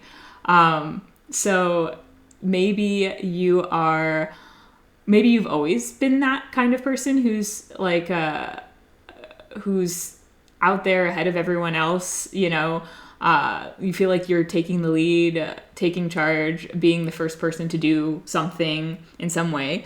Or maybe that's what you're stepping into. Maybe that's something that's coming up for you in your future, or that's a theme for you that will carry through in this lifetime, whether or not it's shown itself yet or not. But there's like a fiery trailblazer, like front runner, like leader energy here. And it does feel like wherever you're at right now, you're on track to fulfill whatever it is that you were meant to fulfill in this lifetime. If you believe in past lives or soul purposes, or that you have a purpose in this life, you're right there. Like, you're on track. So that's what I'm getting so far. And for you, I think we're already ready to move in to get some more information from these cards, because I feel like this is almost, it's very straightforward. So I'd like to see if there's any more information we can get. How I've been doing this is just however many cards want to come out, I've been using them to sort of clarify each of these cards, and hopefully we will see if we can get some more context. In addition, while I'm shuffling, I want to note that the number 5, so it's interesting, the 4 is stability, and number 5 is a lot about change. So perhaps you are you've built a strong foundation for yourself in some area of your life or in general, and you're ready for a change, but like a change that is possible because of the foundation that's already in place. You know what I'm saying? Not necessarily a shakeup, but I don't even want to say calculated, but maybe like a more calculated change. Like, you've built a foundation, for example, like with the marriage example, if you were in a happy relationship that's stable, then at a certain point, you might be ready to take it to the next level, whatever that looks like for you. So for you, it might look like moving in, getting married, having kids, whatever makes sense for you. The reason that you are able to do that is because you have a foundation that's stable enough for you to do so. So you have that first, you spend time first laying the groundwork, and then when the timing is right, you build on that groundwork, right? So yeah, I feel like there's an energy of change here that might be, if it hasn't manifested in your life, if you don't necessarily see yourself as this 5 of Wands person, you've maybe built yourself up to a place where you can be, where you are ready to be, to tap into that part of yourself. So let's get some more. Ooh, okay. Interesting. And then anything else? That's too many cards. That's too many cards. Anything else that wants to come out? Okay. And I'm gonna go with that, but I'm actually not. Yeah. Okay. Let's make sure those are all in frame. Yes, there's just a little glare on that, but it's not too bad. Interesting. Okay, so I'm not sure if I'd take the bottom of the deck. Sometimes it resonates, sometimes it doesn't, but I'll just leave it there in case there's any messages there for you in that.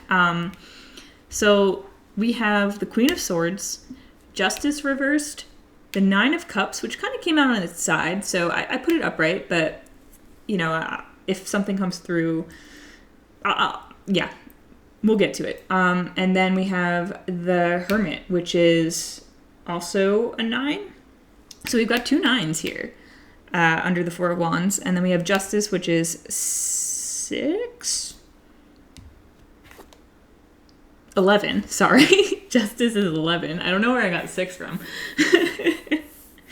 All right. So, yeah. All right. Let me take a look, because this is interesting. This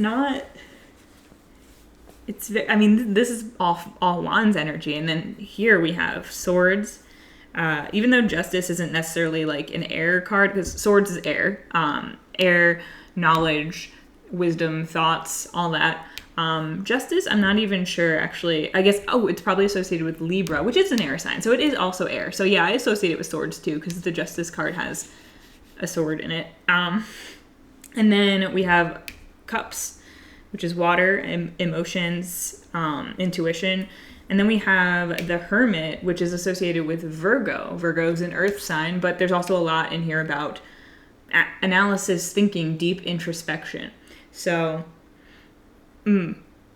Sorry, pile 4, I got cut off because my phone ran out of storage, so we're just gonna pick it back up.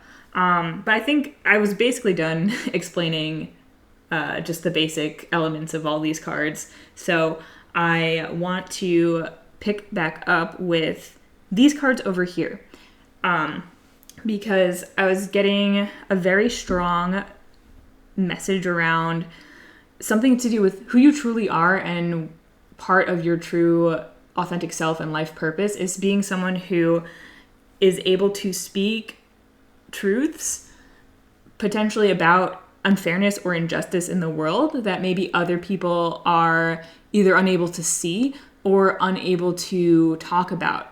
So there are some specific vibes coming through, like being a lawyer, for one. You could do something in the legal system, something regarding social justice, being a speaker of some kind. But it doesn't have to be quite so literal as that. It's just something about you, something that you speak on, or something that you tap into, even in everyday conversation, is an element of communication that is trailblazing, right? Is part of, that's part of who you are, is being someone who can be a trailblazer, potentially in a very direct way, in terms related to how you speak and how you communicate and the things that you communicate about. And if you haven't necessarily tapped in fully to this aspect of yourself, it looks like this is a part of you that is meant to come through and meant to evolve and show itself more and more in your physical reality and in your life. I mean, this Queen of Swords is speaking directly to this Justice card reversed. So there's something about sharing your voice here, about communicating directly and honestly. The Queen of Swords can be a little intimidating, can be a little bit blunt, but ultimately is saying things that people need to hear. And there's something here totally that is indicating that might be part of your path. And again, it could be in like a very public way. It could be in a very, it could be in your career, but it also could just be in your everyday life, in how you communicate with the people around you, in how you communicate with family, in things that come up in your day-to-day relationships. Yeah, and so you'll know how that resonates with you. But of course, because this is something that's like just part of your nature, it could manifest in any number of different ways throughout your life. So it's something that, again, if you already know, if you already do resonate with the idea that I had of you kind of being on that right path and maybe just being one step from fully embodying this energy, this element of you that's meant to come forth, then you should know and maybe already be working towards something that will help you embody this in your life. And if you're not, you very well may find yourself naturally gravitating towards those areas of life that allow you to communicate about things that you're passionate about, things that you see that are unfair, things that other people aren't talking about, that you want to talk about, that you are good at communicating about. There's just a lot here. It's just, honestly, I feel like I don't even need to say that much more, because so far this has been a very straightforward pile, way more than the other ones were, I feel, and it's very interesting. So maybe you are a very straightforward person.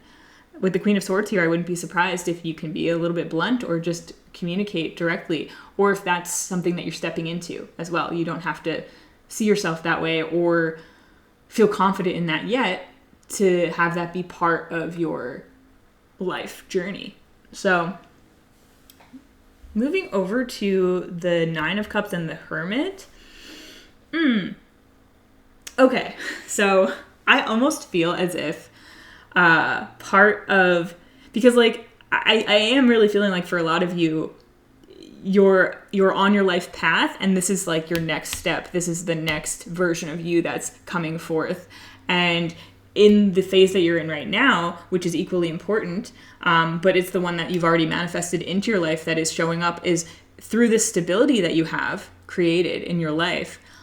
you are gaining a lot of personal satisfaction and security emotionally. And you're maybe building up the foundations emotionally that you need in order to become this, right?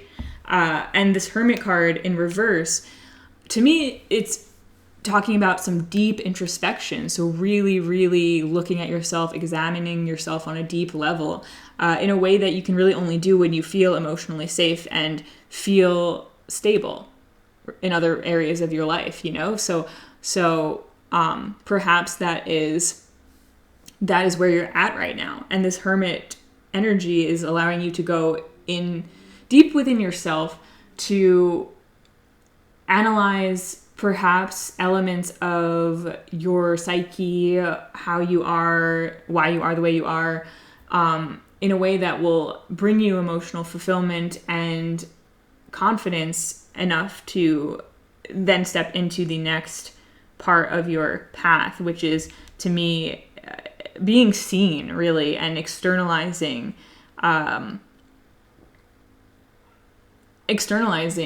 things that maybe you've held back on in the past, or just maybe things that you're now gaining an awareness of, or a new interest in communicating about.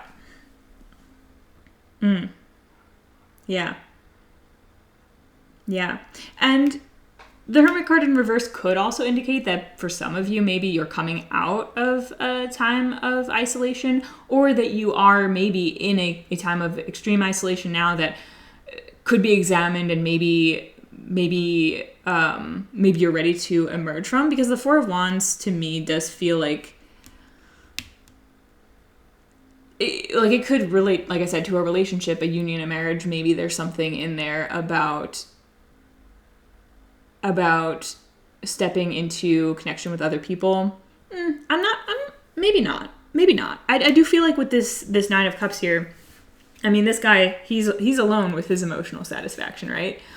So whether you are in a connection with someone or not, or whether you feel like you've got a lot of friends and a great social life, or you feel like a hermit, the idea is that this emotional satisfaction is something that, while the relationships around us definitely impact that and are also a reflection of how we're feeling internally, this is something that, whether we are with people or not, we have to find for ourselves, right? So it could be that part of this introspection is finding this emotional satisfaction for yourself, building that strong foundation, so that you can unleash your passions to the world in a way that is direct, clear, blunt, and without anything holding you back. And I've been stumbling so much, like verbally, throughout a lot of these other readings, and it could just be for me that I'm still a beginner at this, at sharing myself in this way, so I'm just getting started. But I also feel like maybe something in your energy, again, there's a directness and a clearness about your communication that lends you to being someone who can speak out if you want to be that person. So let's get some more information in the form of some advice cards from these Hafiz cards. Hafiz was a Sufi philosopher and has poetry, and these cards have some interesting advice, and I really love the pictures on them, so hopefully you will too. So let's get some advice, and the advice can be geared towards just, again, helping you step into the next chapter, the next version of you, helping you make the most of the chapter that you're in, helping you be the most authentic version of yourself in this lifetime. So what can help you do that right now? Okay. I'm going to take these three. I don't know if I'm going to need to get another one. And I don't always, like I said, I don't always refer to the bottom of the deck unless something comes up with it, but I'll let it be here in case you see something that's important for you. So first thing I want to point out, we have 33 here, which in numerology is a master number. So if you know anything about numerology, that might be significant. 3 plus 3 is 6. So in numerology, that's how you reduce the numbers. So there's a 6 here. There's a 3 here, so there's also a lot of 3s, 3, 3, and 3. So 3 might be an important number for you. And we have a 9 here, so we have like lots of 9s. One thing I wanted to say about 9 as well, the fact that we've got 9 of Cups, the Hermit is a 9, and then we have this card Play with a 1 plus 8, which equals 9, is that perhaps that indicates where you're at in terms of this stable or even stability building time period of your life, where maybe you've been celebrating, maybe you've been working towards stability and you're getting there. Maybe you've been working on your internal stability, which again is just building the foundations for you to step into your next chapter. Maybe this is saying that you're at the end of that journey. Like you are about to very soon step into the next phase, step into this energy, because a 9 is the end of the cycle. And then we get to 10, which 10 is the very end of the cycle, which is, it reduces to a 1 again, and then we start over. So maybe you are very, very close here to this next step, if this is your next step. So let's look at now what the cards say. So we have, I'm just considering if I want to move the cards around at all, but no, I think I like the way that they are. So we have this 33, decide for yourself, and this over the Queen of Swords, which I feel like is very important because the Queen of Swords is definitely decisive. She knows what she wants and she says it and she goes for it, and she's very much in her personal power. So I'll read this for you and then you can take a look. I'll just hold this up in case you want to read it yourself or screenshot it, but I'm going to read it. Decide for yourself. I try and let Venus and a sweet rabbit I know each cast 2 votes to my 1 about whatever may seem an important decision. And this strategy seems to be working. My luck has improved. It is wise to seek counsel, to learn the wisdom of your elders and teachers, but no vote outranks the still small voice within. Even in its silence, it provides clear and direct, or distinct, but direct as well, guidance. Seek mature counsel and explore the options. Then decide for yourself based on the vote cast by the still small voice that knows and remembers your original magnificent soul and its divine path. Wow. So, I mean, I feel like that's very much Queen of Swords. There was something here. Oh, I had it and then I lost it. It was about, okay. Yeah. So it was about the element that was talking about knowing when to seek counsel outside of yourself, and then also knowing when to come within and trust yourself within you. And I feel like this, whatever stage you're in right now, is providing you the groundwork to step into trusting yourself and potentially, like if you're going to be this Queen of Swords, speaking potentially about injustice, speaking truth, being blunt and honest, you're going to need to trust yourself, because you're not necessarily going to be saying things that are popular or approved by other people. You're going to have to be doing your own work, your own research, following your own truth that you know to be true. Maybe also there's part of the foundation building stage that you're in right now, or the foundations that you have built already that have been around cultivating knowledge, cultivating a strong sense of intuition, a connection to your inner knowledge.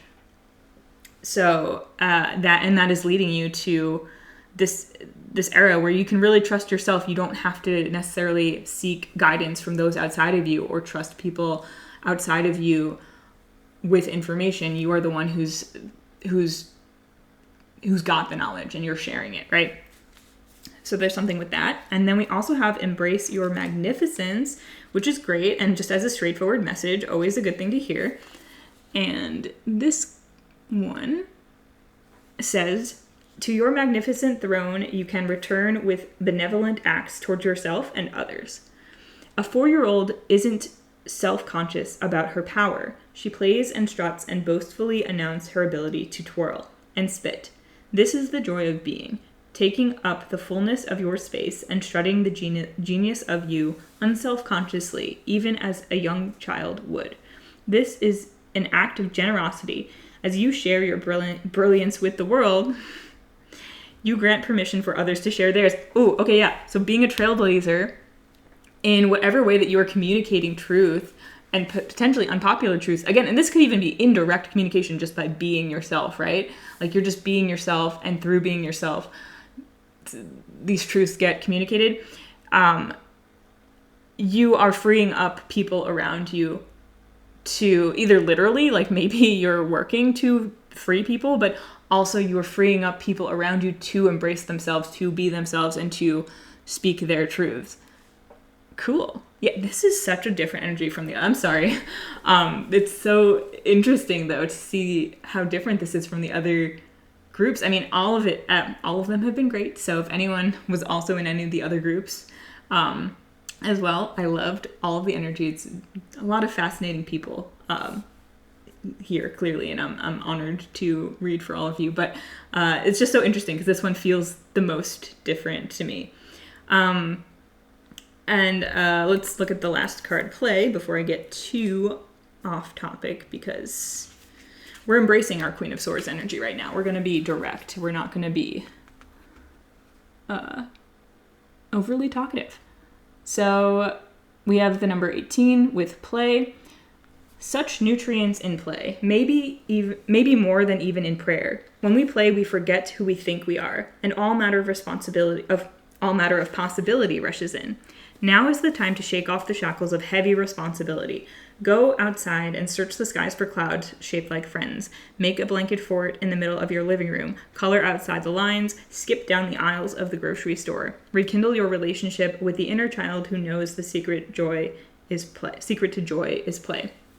And this feels like this 9 of Cups energy. So like right now, you might be in the perfect stage in life where you are focused on play, or you should focus on play. And bring that with you into your next chapter, even though it seems like maybe your next chapter is going to be a little bit more out there. I think there's a freedom to this journey that it's less about taking on heavy burdens, which it could be seen that way depending on how you take this Queen of Swords Justice card. But I think it's actually more of a freedom. And there's a lot of freedom in play. And maybe this Hermit reversed is also about maybe connecting with your inner child. And that could be the last phase that you're in now of this part of your journey, so that you can really bring a lightheartedness and bring your full magnificence through, because your playful and joyful and childlike side is part of that. And so there's like a light energy here that you're bringing to this, which might seem a little heavier on the face of it, but you're also this lion, right? And lions can be playful and bright and shine bright, and there's like a lot of orange here, and I feel like it relates to this orange and red glowing lion. And so yeah, play is a really important part. Tapping into your playful side is a really important part of yourself and your journey. And I feel like you might already know that, having done some introspection, unless this Hermit card in reverse is asking you to do that deep introspection. So you'll probably know, depending on what resonates, whether you're being asked to play more or whether you're being asked to really introspect and bring out your playful side through that introspection, if that makes sense. So very interesting. And then I won't read what the book says for this one, but this says this is number 15, which reduces to a 6 in numerology, and it says pause for reflection.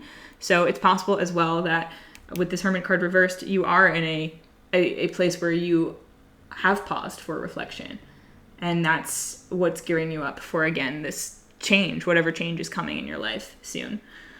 And just because it's here, even though I haven't talked about it, the 7 of Swords, that can speak to, sometimes people see it as lies and deception or mischief. So take that if it resonates at all. I also see it sometimes as holding back, as collecting your swords, your knowledge, and maybe holding them back. Maybe you're not sharing them quite yet because you haven't reached that point where you're ready to. But when you are ready to, you will. And you will do so in this Queen of Swords manner where you're communicating well and people are able to receive, or some people might not be able to receive it, but the people who are meant to will be able to receive it just as they're meant to.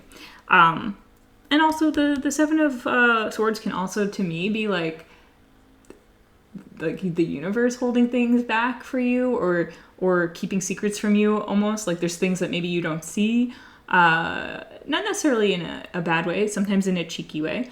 And that's probably not for most of you, but maybe there's some of you out there where the universe is like, you don't even know what's coming yet, but it's good. So I don't know who that's for, but anyway, let's start to wind things down with the quote cards and my music cards and see what comes out if we get any additional messages. So I made these by hand and just wrote a bunch of quotes on them and did some drawings on the back. And I wasn't originally intending anyone to see them, but they're useful in getting unique messages. So I thought I'd share them with you guys. So let's see. Ooh. Wow, okay, I barely even got to shuffle that, but I think I'll take them. Yeah, I'll take all three of these. Ooh, I think, I'm already seeing, I don't even remember what quotes are on the other side of these, but I'm already seeing how they could fit with this message. So let me just get some song cards as well. And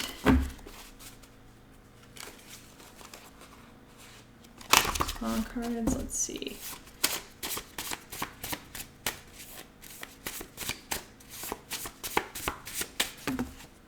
All right. 3 and 3. Ooh, okay. I don't know where these will each end up, but let's start over here. Okay. So we've got this card, which is kind of like a black background with a glowing yellow ball in the center, I guess. And the quote says, "We're always looking for the full open leaf, the open warmth, the promise that we'll one day soon surely be able to lie back and have summer done to us. One day soon we'll be treated well by the world." From the book Summer by Ali Smith, which is great. So summer could be important for you, but also, it's this idea of, first of all, this shining light in darkness. And this idea of like you speaking truth to power, or speaking truths that are not usually spoken about, or speaking truths to injustice. You're really shining a light on some darkness, or in some darkness. And for you, perhaps you are going to become, and maybe already are in some ways, a person who helps the world treat each other better, who is looking to create a world in which people are treated well. All people are treated well, which is really nice. And maybe there's something in you that has experienced injustice yourself, or just witnessed a lot of it, and so it comes from that place of, I mean, I think we all just want to be treated well by the world, no matter what circumstances we're in. There's, who doesn't want to just feel like you can just relax and rest and let the world take care of you. And I know that a lot of people don't get that, or don't feel that way most of the time. So then we have this card, and it says, "You have to learn when to care and when to let go. You'll grow calluses." And it's from Words of Radiance by Brandon Sanderson. And this one makes sense because I do feel like if there is something here about like taking on cases for people, maybe being a caseworker, being a detective, being in the legal system, being a lawyer, and I think in this context, the person who is saying this is a healer, a doctor, or whatever equates to that in the fictional world of the book.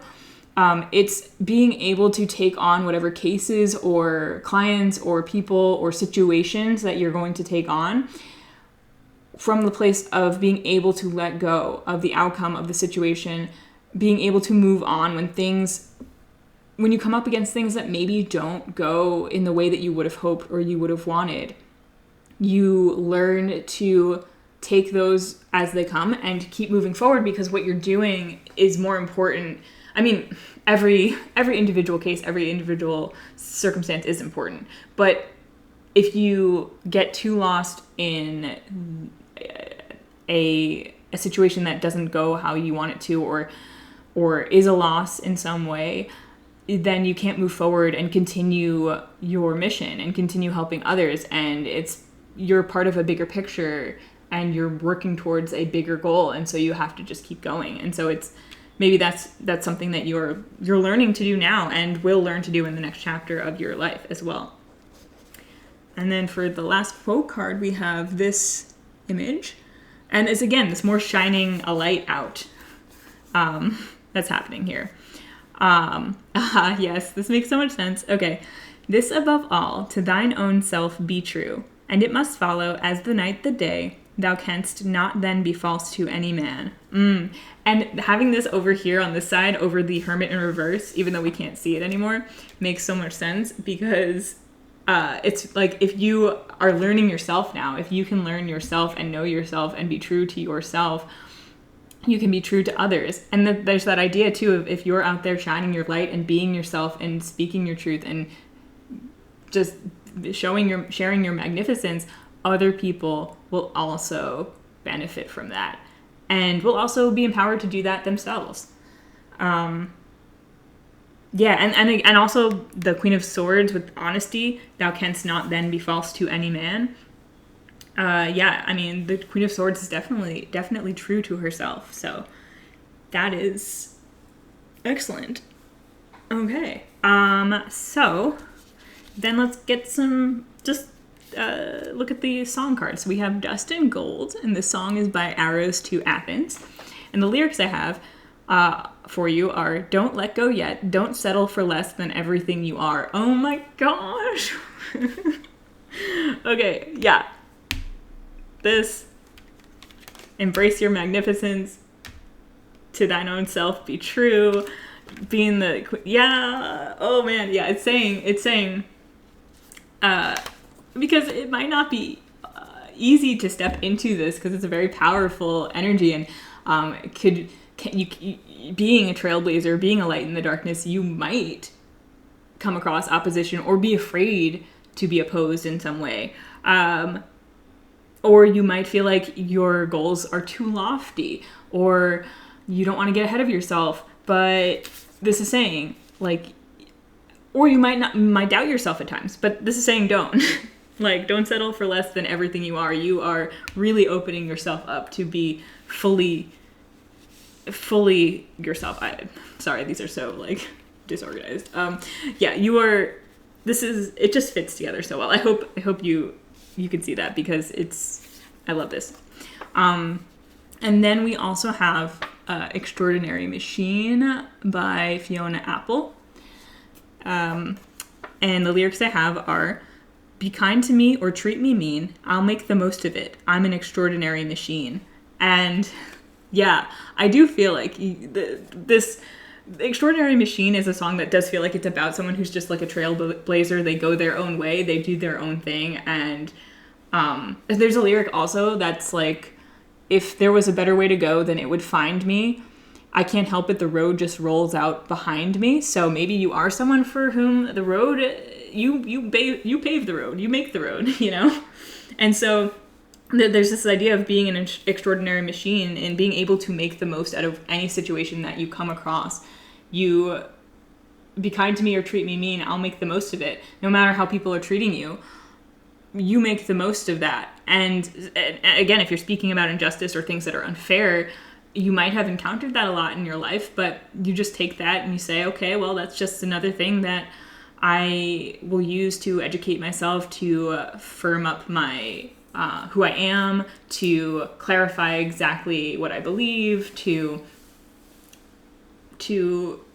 make me become more me, you know?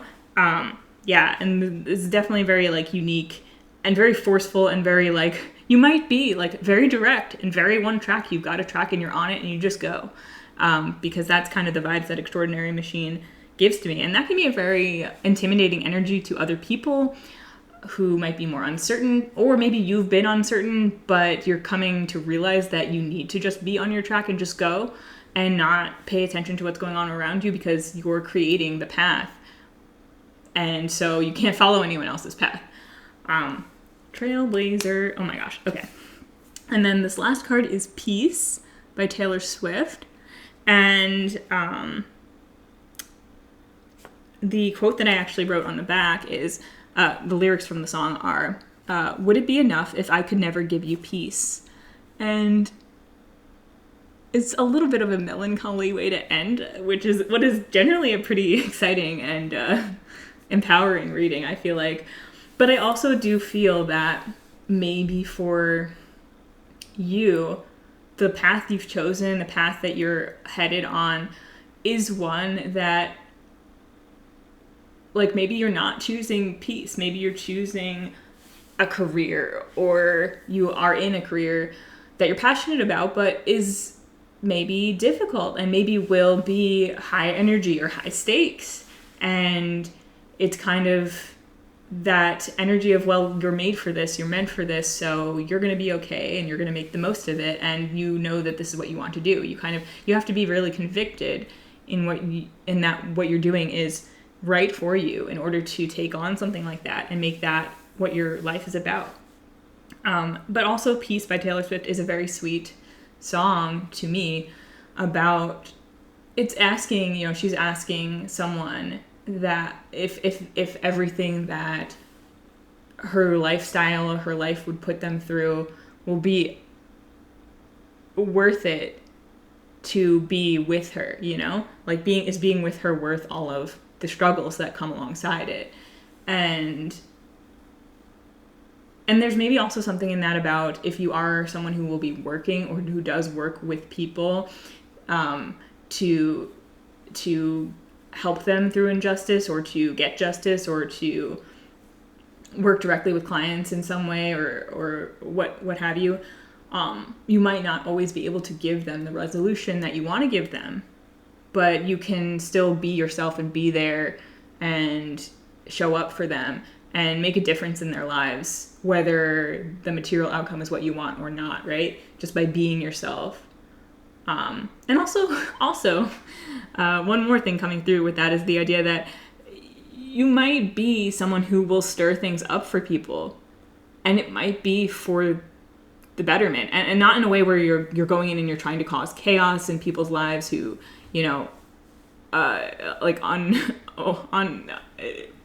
unreservedly, and you're just like going out there and causing trouble for people. But it's like, you might do things in your life or with your life that do shake things up for people, but it's in a good way.